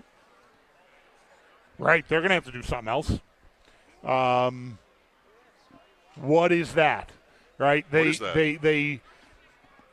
The one, I want to say they always try to just keep going because, that is usually what they do, but they did have the Kenny Pickett, thing. They drafted him and he went in, and that was over before it even really got in the air. I don't know, Rudolph was not a first-round pick, but they did a little of that with him too. But they to me, will be a team Like, Mac Jones is going to be somebody's answer, and I'll bet it's gone well enough for him that there's a bidding war, and then we can't believe the contract he signs. That sounds exactly right. Yes. Like, somebody's giving him how much guaranteed? Yes. It's $40 million a year. What? But it's so desperate, and if there's enough of these teams that end up on this list, he's going to be right at the top of the market, I think. He is making himself some money right now. Yeah. That's good. Yeah. Rodgers, if he wants, I don't know. No. End it. If I'm I said to Ross, I would bet on them missing the playoffs. I haven't actually placed this bet, but I would bet on them missing. Then whether he wants to play or not, I think they're going to go, yeah, we're done. It seems like it's gone, it's either the Steelers are really good at keeping a lid on everything that usually accompanies Rodgers, or it's been good. Like, there's no outside stuff that's been messing that up. It's just like, he has games, he doesn't have a lot of them, but the game Sunday was hellaciously bad. Yes, it was. Plus 180 to make it. Pittsburgh. So you're on the. Yeah, I'm on the right side of that. I guess. You're the favorite. Yeah. So I think they'll cut if they make it, then maybe it's a conversation. But I love that you thought of Mac Jones, because that is totally going to happen. Because they're not even games. I'm still hung up on Pittsburgh here. But like, the games they've won, it's mostly like he's good in the red zone, and that's really it. He has not been good this year. But he's good when it matters. They get in the end zone enough, and they've won these games, and they win some games where they take it away 5 times or whatever. Right. That's how they beat Indianapolis and New England. Right. That's right. 2 two-loss teams have losses to the Steelers that are the same loss. 5 turnovers. 5 or 6. Indianapolis even had 6. Yeah, I think that's right. New England, I think, had 5. Crazy. So, yeah. So I think they'll bail on that. All right. Pittsburgh. Does Brissett start week 1 for somebody? Somebody's going to do that. They all go the same way. Where, like, you get a couple of games and it's different and better, and then Flacco. Yeah. How are they set up draft capital wise? Do you have any idea? No. If they got anything extra, like could they? Regardless, they could draft the 4th guy in this year's quarterback class. Sure. And hang on to Brissett to just, mind the store while the kid learns. I like it. So that might be a bet I'd make, that Brissett stays put in Arizona. They trust him enough. Maybe he's a good mentor or whatever. Like, that could work. Murray is out of there. That is over. That's not easy, though. No, but they'll do it. I think they'll do it. Nobody there has any attachment to him. They've got a financial attachment to him, but I think they'll find their way to bite that off. Carolina.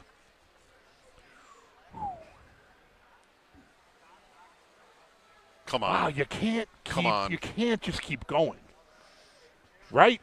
This would be. You'd rather not, but it's 2 years, first overall. Your coach is your quarterback whisperer guy. I guess maybe you leave it up to him, but that'll be tough if they start year 3 with him. Yes. I think at this point. Yes. Young. Atlanta. Yeah, I don't know where they are. Somewhat the same. Where they are now is 3-6. Yeah, it isn't as much. He hasn't played. Well, Young has been hurt too, but he hasn't played as much. Penix, he barely played last year, and then this year it's not going well. Yeah, they could get itchy. That's a team that I would say could sign Kirk Cousins, but they already have him. They're probably not going to do that. Can you do that? They're probably not going to do that. I'm not smart enough to know how to do that. But I think maybe right now I'd bet they hang on and go with Penix again, but no one's going to think that's a great idea. I don't think. But I don't know if they'll have a better idea. Jacksonville.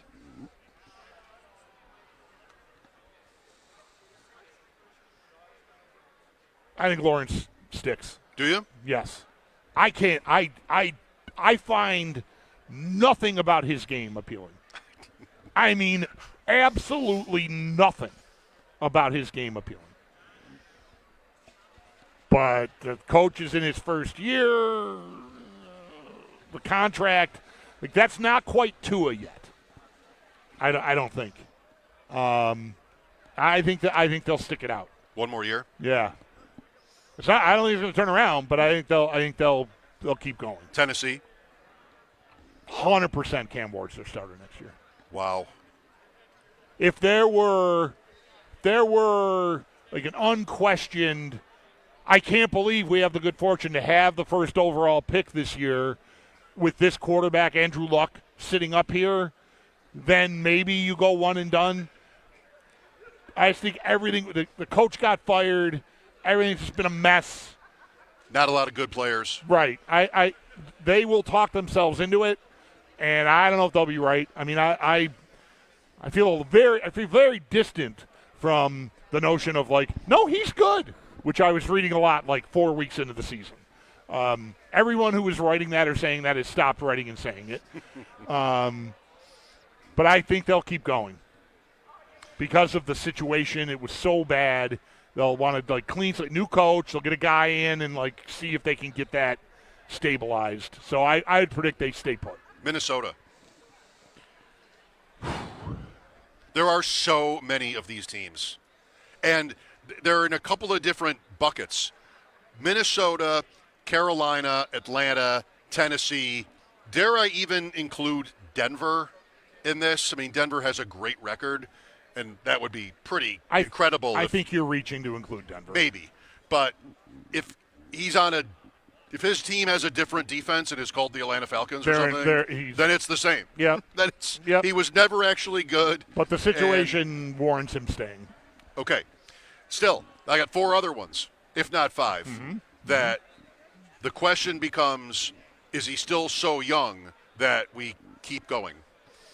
And what usually happens when it's like that?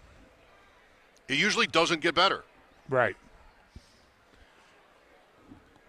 Minnesota, because of the Darnold situation, the Cousins situation, the Darnold situation, I mean, they have to keep going with J.J. McCarthy, I think. I don't know that he will have earned it, but that one would really stun me.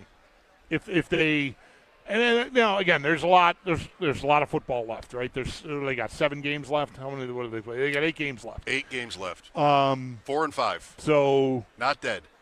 Can he play them all? That would be a good start. Like, if he can, like, play however many games in a row that would end up being. Schedule's really hard. From when he got back into the end of the year. They have Chicago this week. I think almost, like, within reason, like, assuming he just doesn't look completely unqualified or something. I think that's a tough move to make after everything they pushed away to go with him. Okay. I think. So even though there's some whispers, like you whispered it, a lot of people were whispering, like, is he hurt? Did they bench him? Like, what's going on here?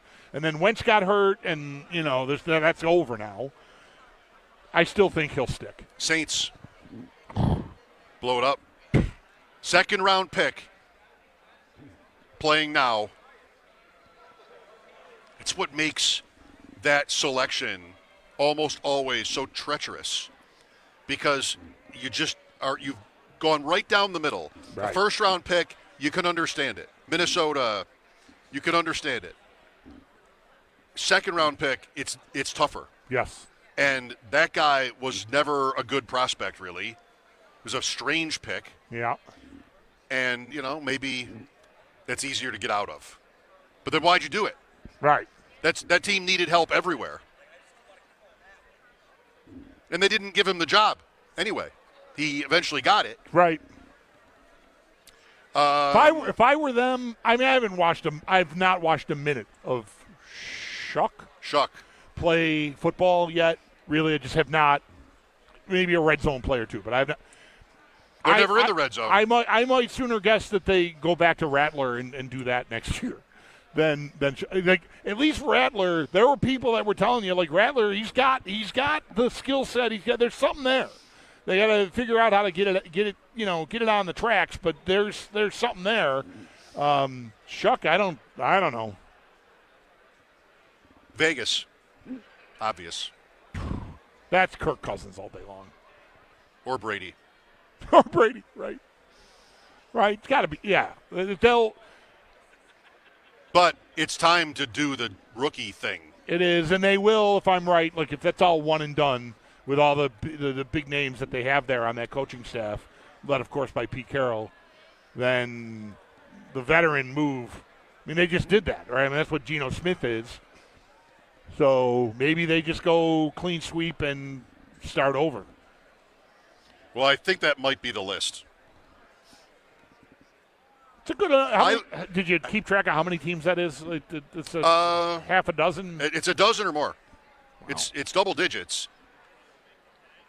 I think teams like Indianapolis, Denver, Houston. I mean, Indianapolis and Denver in their own category because of being 8-2. But there's still a long way to go. And if this season goes back to Allen, Mahomes, Lamar Jackson, even May, they're likely still asking themselves the question that teams like that are always asking. Is our guy good enough to beat those guys? Are they good enough to win? Mm-hmm. It's nice, we're relevant. But the playoffs will be super big for Jones, I think, and maybe Knicks. I mean, Knicks already been to the playoffs once. A lot can change. Not if you're the Saints. You just need to keep mentioning Knicks. You're very proud of Knicks being on this list, and I'm going to yell at you every time. You're obviously not watching him either, then. No, I don't. It doesn't matter. They're winning. He will keep his job. Okay. Peyton loves him. He was his hand-picked guy. That's right. He is not the coach is the most powerful person in the organization. That's right. So the coach loves him. They're going to keep going. There's just no question about that. He doesn't have to love him forever, though. That's right. But they're 8-2. Like he's going to love that. So far, the record is good. Yeah. See what happens Sunday. They host Kansas City. Late game on Sunday when ours is wrapped up. Be good to watch that. Good. Chiefs Broncos. Assuming we get it, which I shouldn't do. We'll find out. I will find out during the break. We're at the Convention Center for tonight's Greater Buffalo Sports Hall of Fame ceremony. Mike Schopp and the Bulldog at 803-0550. This is WGR.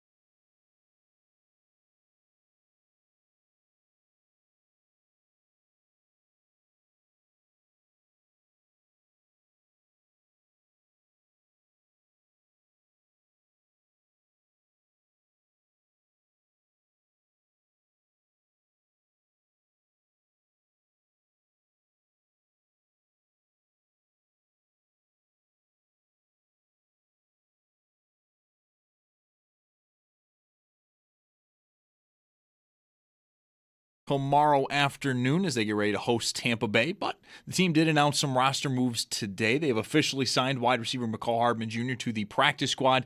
And to do that, they have released wide receiver Christian Wilkerson and edge rusher Kingsley Jonathan from the practice squad. And they have also placed defensive end Landon Jackson on IR. Jaguars corner and wide receiver Travis Hunter is done for the year. He underwent knee surgery to repair an LCL injury. And then cornerback Sante Samuel Jr. is signing with the Steelers practice squad. Pack night tonight in the NHL, 9 games. Sabres not among them. Will be back in action tomorrow at Utah. Earlier today, head coach Lindy Ruff did join Jeremy and Joe. If you missed that, you can listen back on the Odyssey app or on our website, WGR550.com. But for tonight, some of the notable matchups over on TNT and HBO at 7. Bruins host the Maple Leafs. Then following that at 9:30, Colorado hosts Anaheim. And we also have 2 games at 10 that are going to wrap up your night. Jets at Vancouver and Seattle host Columbus. While in college hoops, UB men, they're in Chicago. They take on DePaul. Tip-off at 8. And you can listen to that game over on our sister station, the Bet 1520. That's your Paddock Chevrolet Sports Headlines. Paddock Chevrolet celebrating 90 years of being your hometown dealership. I'm Zach Jones for WGR Sports Radio 550.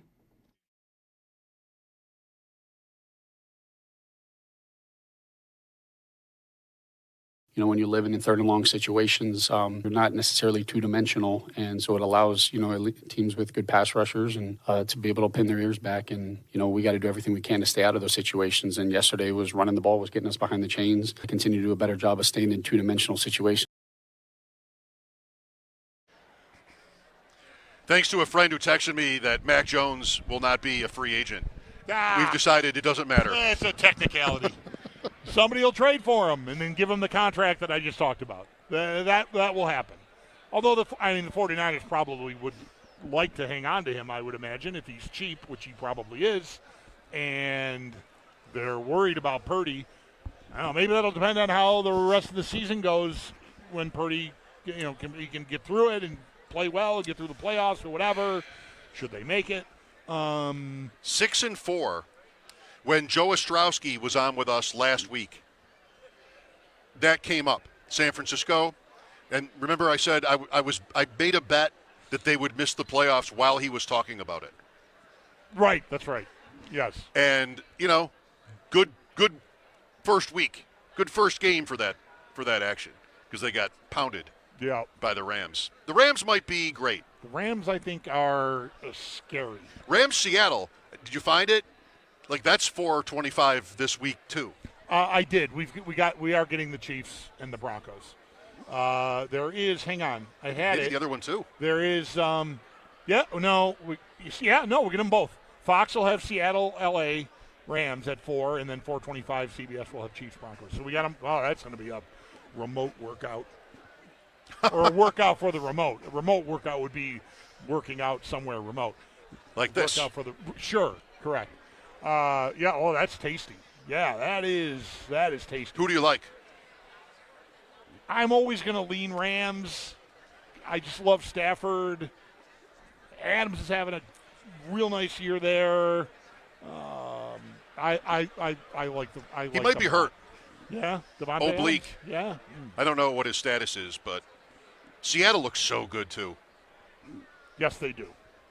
I wonder. We're talking about quarterbacks some today, and when we got to Minnesota, the point about Darnold is do they have to sort of keep playing that poker game? Mm-hmm. We blew this one, but maybe we can still come out looking all right with McCarthy. I wonder if Darnold and other guys like him, Mayfield also similar, these, if you will, reclamation project guys, does that play a role in what some of these teams will do? Tua, very possibly the Dolphins thing, I know what happened Sunday, but that's so far gone that they'll want to just replace everybody. We've hit our heads on the ceiling, this many years with Tua, not able to crack that. He needs to go. I absolutely believe that's what's going to happen there. It very well could. Somebody else could like him. I kind of doubt that. I he'll be in the league. He'll be on a team, but I don't think he'll even be as sought if he gets released.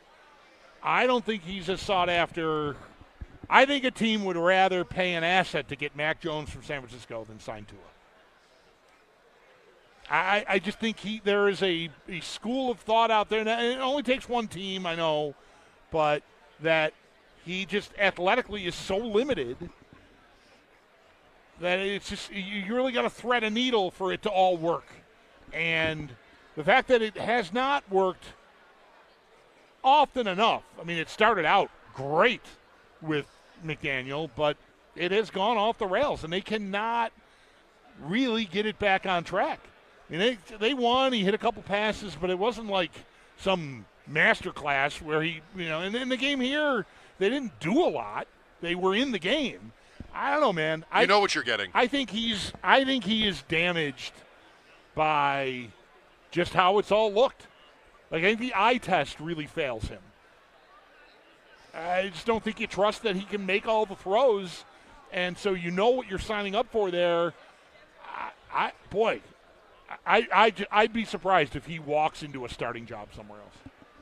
Well, I guess we're only halfway in this, whatever it is, project or something, because it's one thing to come up with 12 to 14 teams that should be pondering someone new in their future, but let's go find 12 to 14 players. Right. How many will actually do it because they don't trust that they can find a better alternative? Miami could end up there too. They could, because if enough of these teams, like excuse me, sorry. If enough of these teams are looking for Mac Jones or Kirk Cousins, right? There's only so many of those guys. And if Miami doesn't pull one of them in, then maybe they just talk themselves into, okay, well, the money and, new coach maybe, or keep going with McDaniel. I don't know. By the way, Mac Jones. I know, right? Right. What is that even? But I do think I think you alluded to this earlier, and I like this point. I think I made it last week. Because of what has happened with Darnold. What happened? Geno Smith is the first one of these. Going out to Seattle and he's the best, most accurate passer in the league. What? That happened. Darnold's happened. You had even the Flacco meteor here this year. But what Steichen has done with Daniel Jones, I think lots of front offices will talk themselves into, I can make Mac Jones work. I can make this guy work. Maybe even guys will get jobs based on selling ownership or managers on, I can make your name here. I can make that work. It depends who's doing the talking. Right. Whether you believe it. But I just think the temptation to go that route will be higher than ever because it's worked. With, there's a hand, you don't think about the misses, right? The reclamation projects that have, not worked. You look at the success stories, and there's enough of them, I think, that will become a more popular idea. Recycling guys would be like, coaches. Yeah. Well, he's done it. Okay, he knows the passcode. Let him in. Here at the Convention Center, it's the Greater Buffalo Sports Hall of Fame ceremony tonight. 12 new inductees. No curlers. Sal was just over talking about how he participates in some of the voting process. And missed an opportunity. I'm not sure when I'll get to talk to Sal again. But I missed an opportunity to mention curling. Is there one curling, I'll send you his number, figure it's hundreds of people in the Greater Buffalo Sports Hall of Fame? Shouldn't there be one?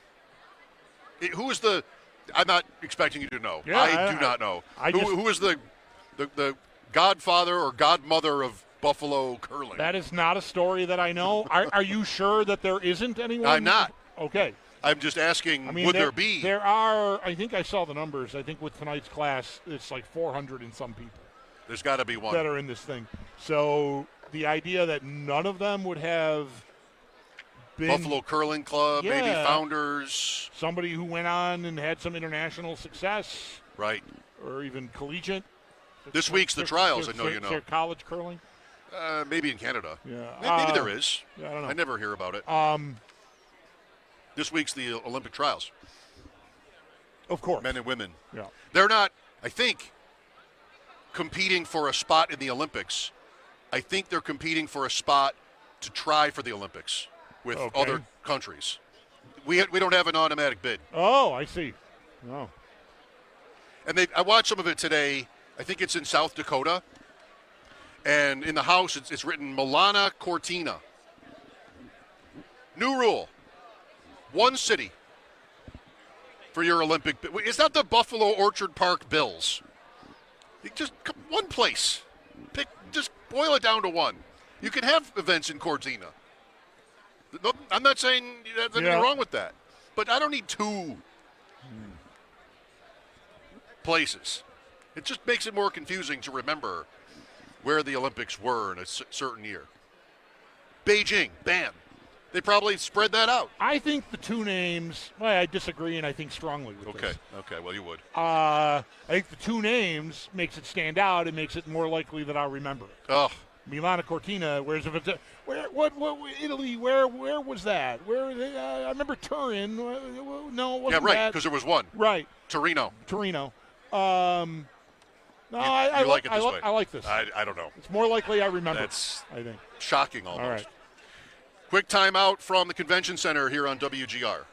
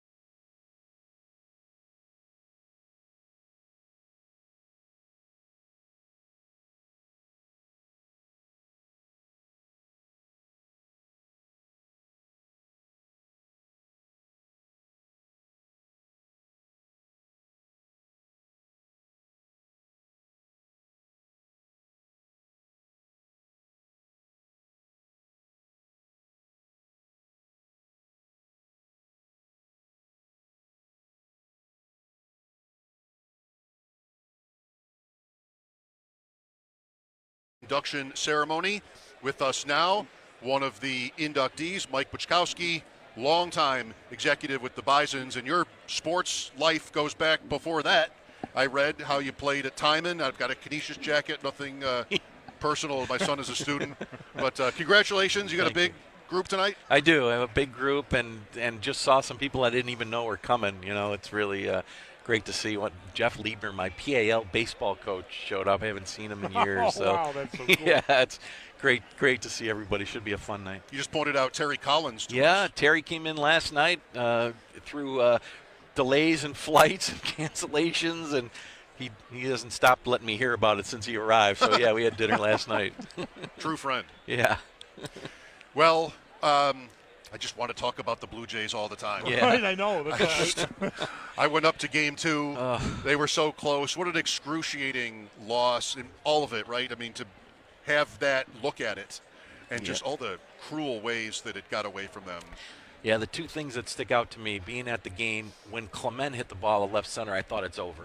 It's going off the wall. Yeah. And, you know, David Roberts just put the guy, Pages, into center field. He crashes into left fielder, makes the catch. And then the play at the plate where the catcher, his foot comes off the plate, and he somehow gets it back down just in time. Somehow that moment lasted like a year for me.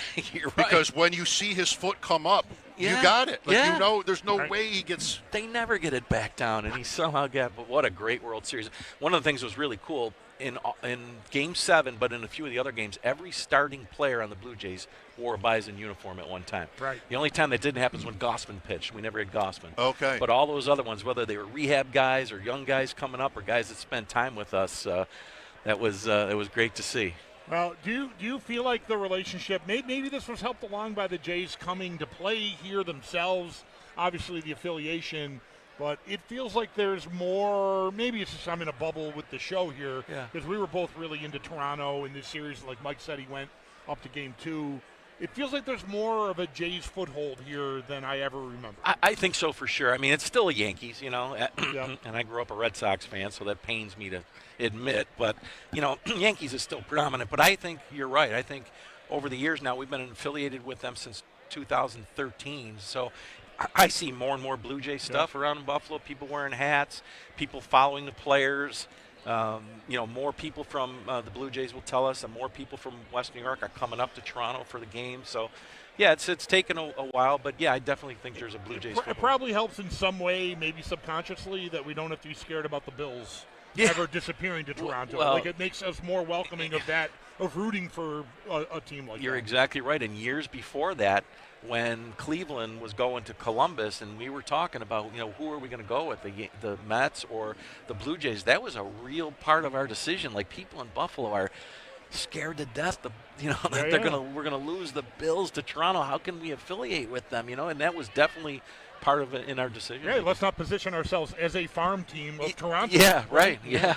Yeah, especially if they're going to steal our football team. Right. I mean, it was, of course, under the worst, some of the worst circumstances. But to get the Jays here like you had them, I always loved this point going to games there when the stadium, the ballpark had been remade for the Jays, and it even said washrooms instead of bathrooms. Yes, it did.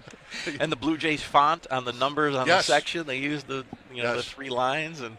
Yeah, that was surreal. That was crazy. It's surreal. Really cool to get good memories out of that too. I'd like to mention I went to one game when I also am a Red Sox fan, Mike, and Duran hit his first career home run it was a grand slam in the first inning. And that's like a cool little right. I happened to be at a game in Toronto when Youkilis made his debut and hit his first career home run. So it's nice to have that in your backyard. Yeah, to see it happen in Buffalo is cool. We saw a triple play. The Yankees turned to triple play there. One of the best moments I thought was Jonah Heim playing for Texas, and he got a standing ovation when he was, a local kid, and they announced his name. He got a standing ovation. I think he hit a home run or he got a couple of hits that day. But, yeah, there were so many cool moments from those years. I was there for that, and he maybe wasn't his first hit or time up, but he singled for Texas. And Guerrero is such a seemingly jovial guy. Yeah. And there's Guerrero. I'm way down by the left field foul pole, so I don't know. But there's Guerrero talking to Jonah Heim. It just must have been a great conversation. Yeah. Congratulations or something. Like, right. Why are you so popular? I wonder what Guerrero Why are they cheering you? What's he talking about with Jonah? Right. Well, I mean, this is a special honor. I'm sure you would agree. And I mean, do you know? I know you know John Murphy, one of the other inductees tonight. Do you know many of the others? I mean, a few are posthumous inductees. Yeah, no, not really. But I met them at the press conference we had a couple of months ago and got a chance to meet them. I was on the Hall of Fame committee for a long time over the years, and I remember Jill Votley, the skier, name coming up all the time, and I always said, how do we not have her in here? She's a medalist. She's an Olympic medalist. And so I got a chance to meet her and Claire Anderson and a few others. But, yeah, it'll be great, and especially Murph. I was an intern. I had one of the greatest jobs. My internship, finishing college, I sat next to Rick Jeanneret for the whole year and fed him statistics and things. And then I would edit tape for Murph. And I remember Murph one time saying to me, hey, the Timon basketball game, you're a Timon guy, why don't you go? I said, okay, I'll go. He says, call in at halftime and give me an update. I said, okay. I call him in at halftime. He said, I'm going to put you on the air. I go, you're going to what? Put me on the air. On BN? Yeah, on BN, the one-on-one sports. He put me on the air. I did a little recap of the first half for Murph. So. Were you with the Bisons when they were still at the Rock Pile? That was my first year, 1987. Okay. I came in June, middle of the season. Because Murph's show was on then, of course. Yep. And I would have been 15. And he would have trivia.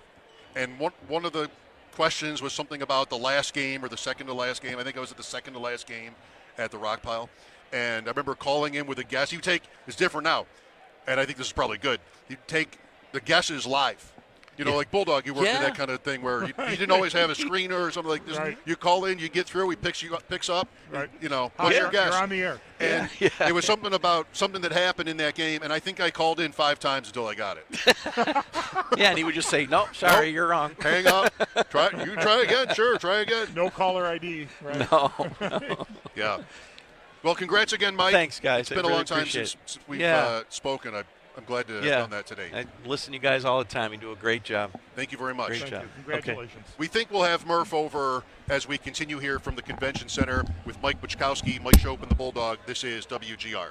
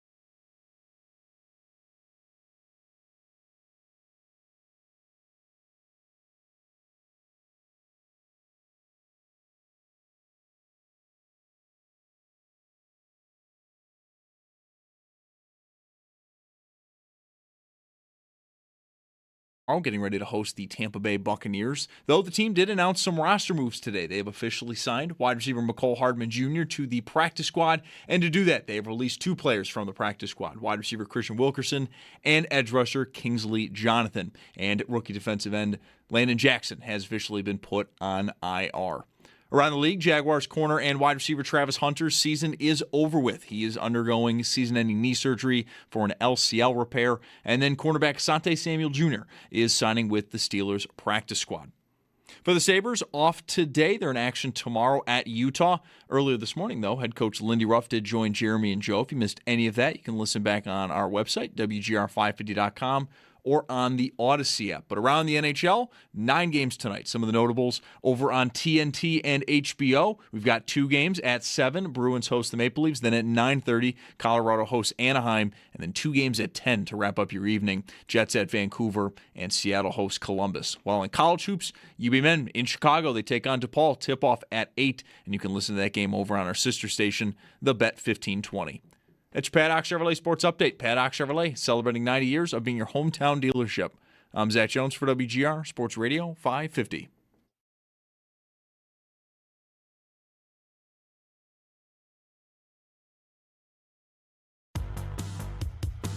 It's Mike Schopp and the Bulldog. I don't love junior mints. I just don't hate them. I don't understand why they are treated like second-class candy. It's Mike Schopp and the Bulldog. Oh, there's a you don't understand why a name. candy that is basically toothpaste wrapped up in stale chocolate is treated like a second-class candy. All right, I get it. It's a good, valid question. It's Mike Schopp and the Bulldog.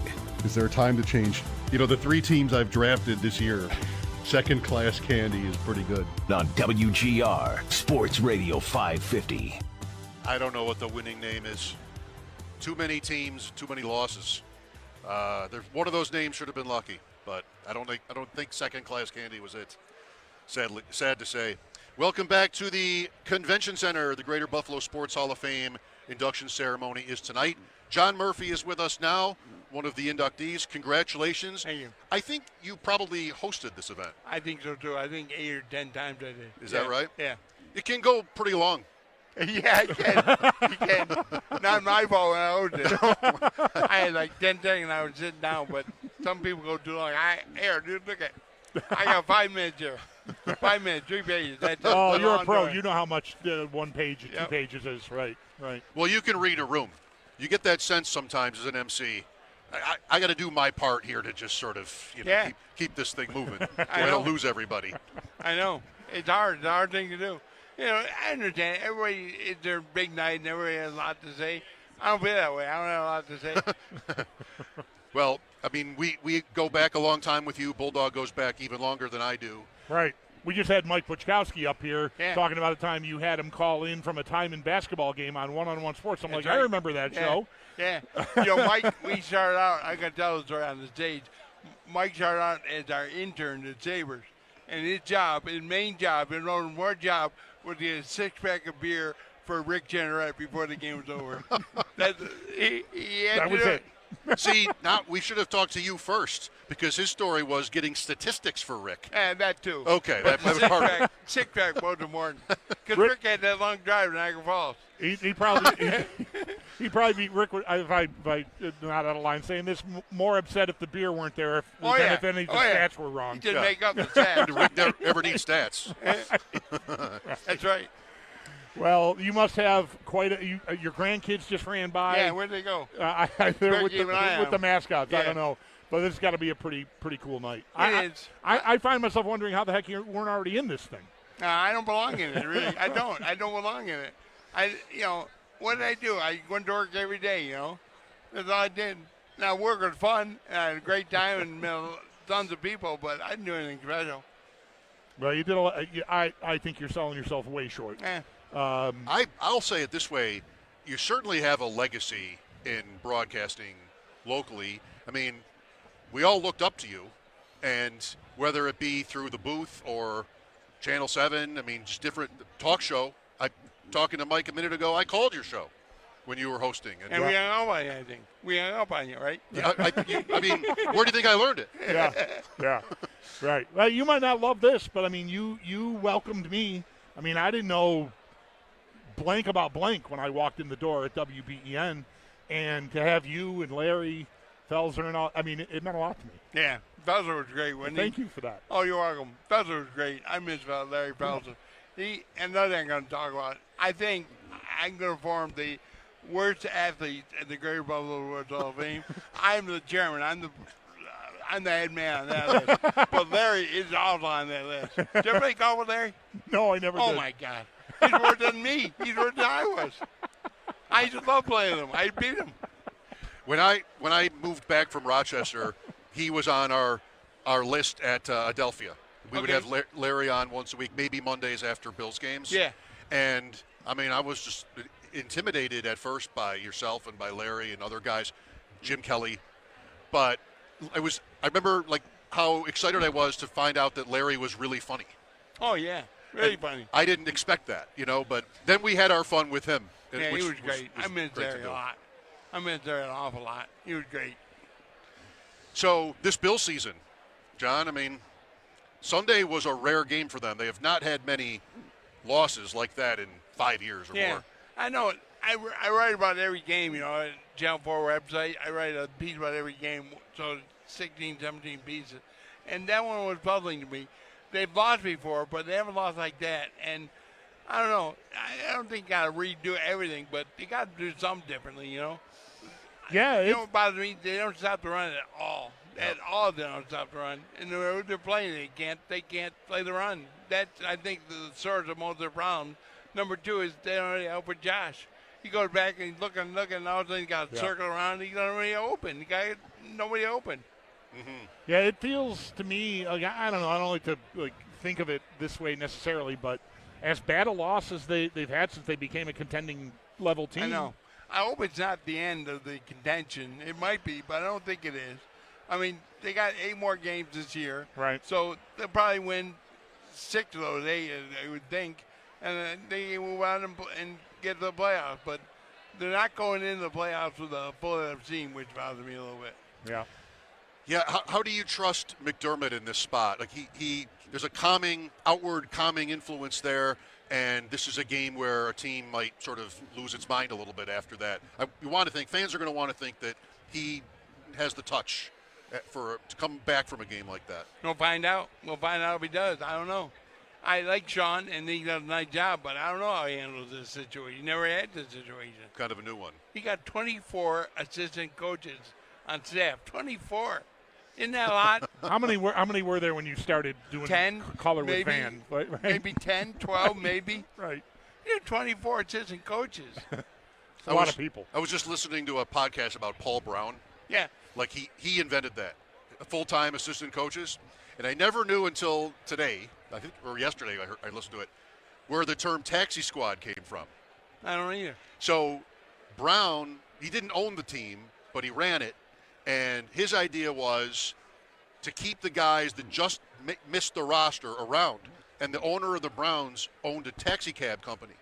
And so he had the owner hire all the practice squad guys, basically, to drive taxi for him. That's a good idea. It was a good idea. Yeah. And so when he needed somebody, they were right in Cleveland. That's good. That's a good idea. Driving a cab. That's a great idea. So, well, we'll see. It'll be an interesting challenge here for the Bills coming off that loss. Yep. You have a lot of friends and family and fans here for your big night, and that's great to see. Congratulations. Thank you very much, Mike. Thank you. We spent a lot of time talking the 6 o'clock hour leading into your show. Yeah, I know. We should maybe have planned something, No, usually don't you? Oh, that's right. Yeah, we used to. Usually you tape the last half hour and get out of there. Well, that's a manure. Yeah, I know. You're driving me nuts. I'm not taking off there. Yeah, right. To lead into John's show, it's at 7 o'clock. We would, get a preview. No. You tape. Not in those days. All right. Sometimes now. Congrats again. Thank you. Nice seeing you. See. John Murphy with us, one of the 12 inductees tonight, Greater Buffalo Sports Hall of Fame. Mike Schopp and the Bulldog here at the Convention Center. You're starting to see more and more familiar faces. What is that? Oh, that's nice. That's Steve nice. Tasker. Yep. Sal, of course. How is it possible that Sal, of all people, has never been to this event? There it is, Murph. Murph, always ready. Always ready. Oh, wow. All right, John. Really lovely to see you. And I really meant what I said. Like, you meant a lot to me. Thank you. Yeah, how is Sale? I mean, right? This seems like exactly his thing. And I don't say that like judgmentally. I mean, it's just like, he's very social. It's not. I usually get like too many people. It'll be so crowded. Right. He loves this kind of thing, so I can't. It's stunning to me, but whatever. It's nice that he's on the part of that advisory committee. So and you said also you can bid on Sal. Yeah, there's I can't wait to talk to him about this on the air. The Sal Capaccio Experience, which is a 4-course meal for 4. I assume that means 4 guests and then Sal at Elio de Palos. And that is one of the auction items here that I happen to notice. I did not take a long look around. I didn't get there. But there was a jersey that caught my eye over there that I wasn't sure exactly what it was. And while I was looking for something that might describe that, which I never found, I saw this. I'm like, come on. I should have taken a picture of it and tweeted it. Anyway, I hope that goes well for him. Yes. And whoever wins it. Yeah, like you and I should bid on that and go out with Sal. We can bid against each other. I'm going to stay just to do that. No. That's not going to happen. Well, to get back to the Bills topic that we spent a few minutes on with Murph, I don't know. It's interesting that he gave that answer to the McDermott question. It doesn't know. It wasn't. How it'll go. He's got it. Right. It was, I don't know. That makes me feel like he thinks that this is maybe the biggest test he's faced. And that's interesting. I guess I haven't. A couple things maybe could be going on. I'm not sure what yet because I haven't really thought about it. I might not be ready to consider that. That this could be a bigger situation than I think. You lost a game, you look bad, that happens, it's the NFL, okay, go get them. But everything else, like if there are internally structural concerns about the build of the roster, he could be facing, McDermott,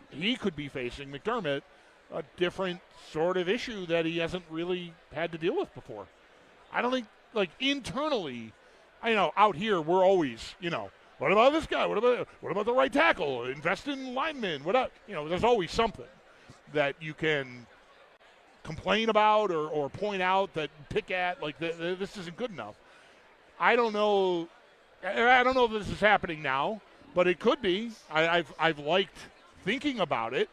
That they did try to be aggressive last Tuesday. It didn't work. And what does that mean inside? Even like are people questioning everything that's happening? I don't know. That might be that sounds way too big. I think what they need from McDermott right now is maybe as much ideas for that defense than what can I think. I don't mean this about him. The voice is so familiar, and the messaging is so familiar and probably consistent, and it might not really hit you. He's going to want his team to stay together and, move on from a day that all teams have. Like that, I think, is probably it. But, I mean, what's his stock and trade?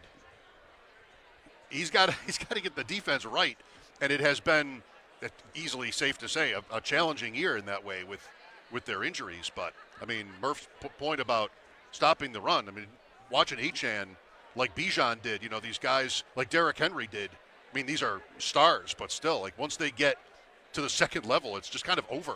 Yep. Well, we worried about this somewhat, about their defense and a lack of speed.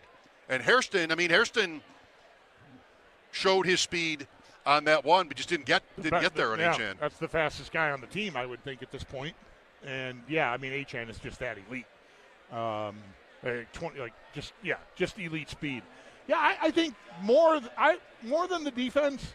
Like, I think if they've had enough disciplinary issues with Coleman that, we've heard about them disciplining him. I don't know how deeply that runs, how regularly he is out of line. If, when he gets dinged for a quarter last year and a series this year, is it a one-time thing, or is it like, warning, okay, and is it something that's repeating?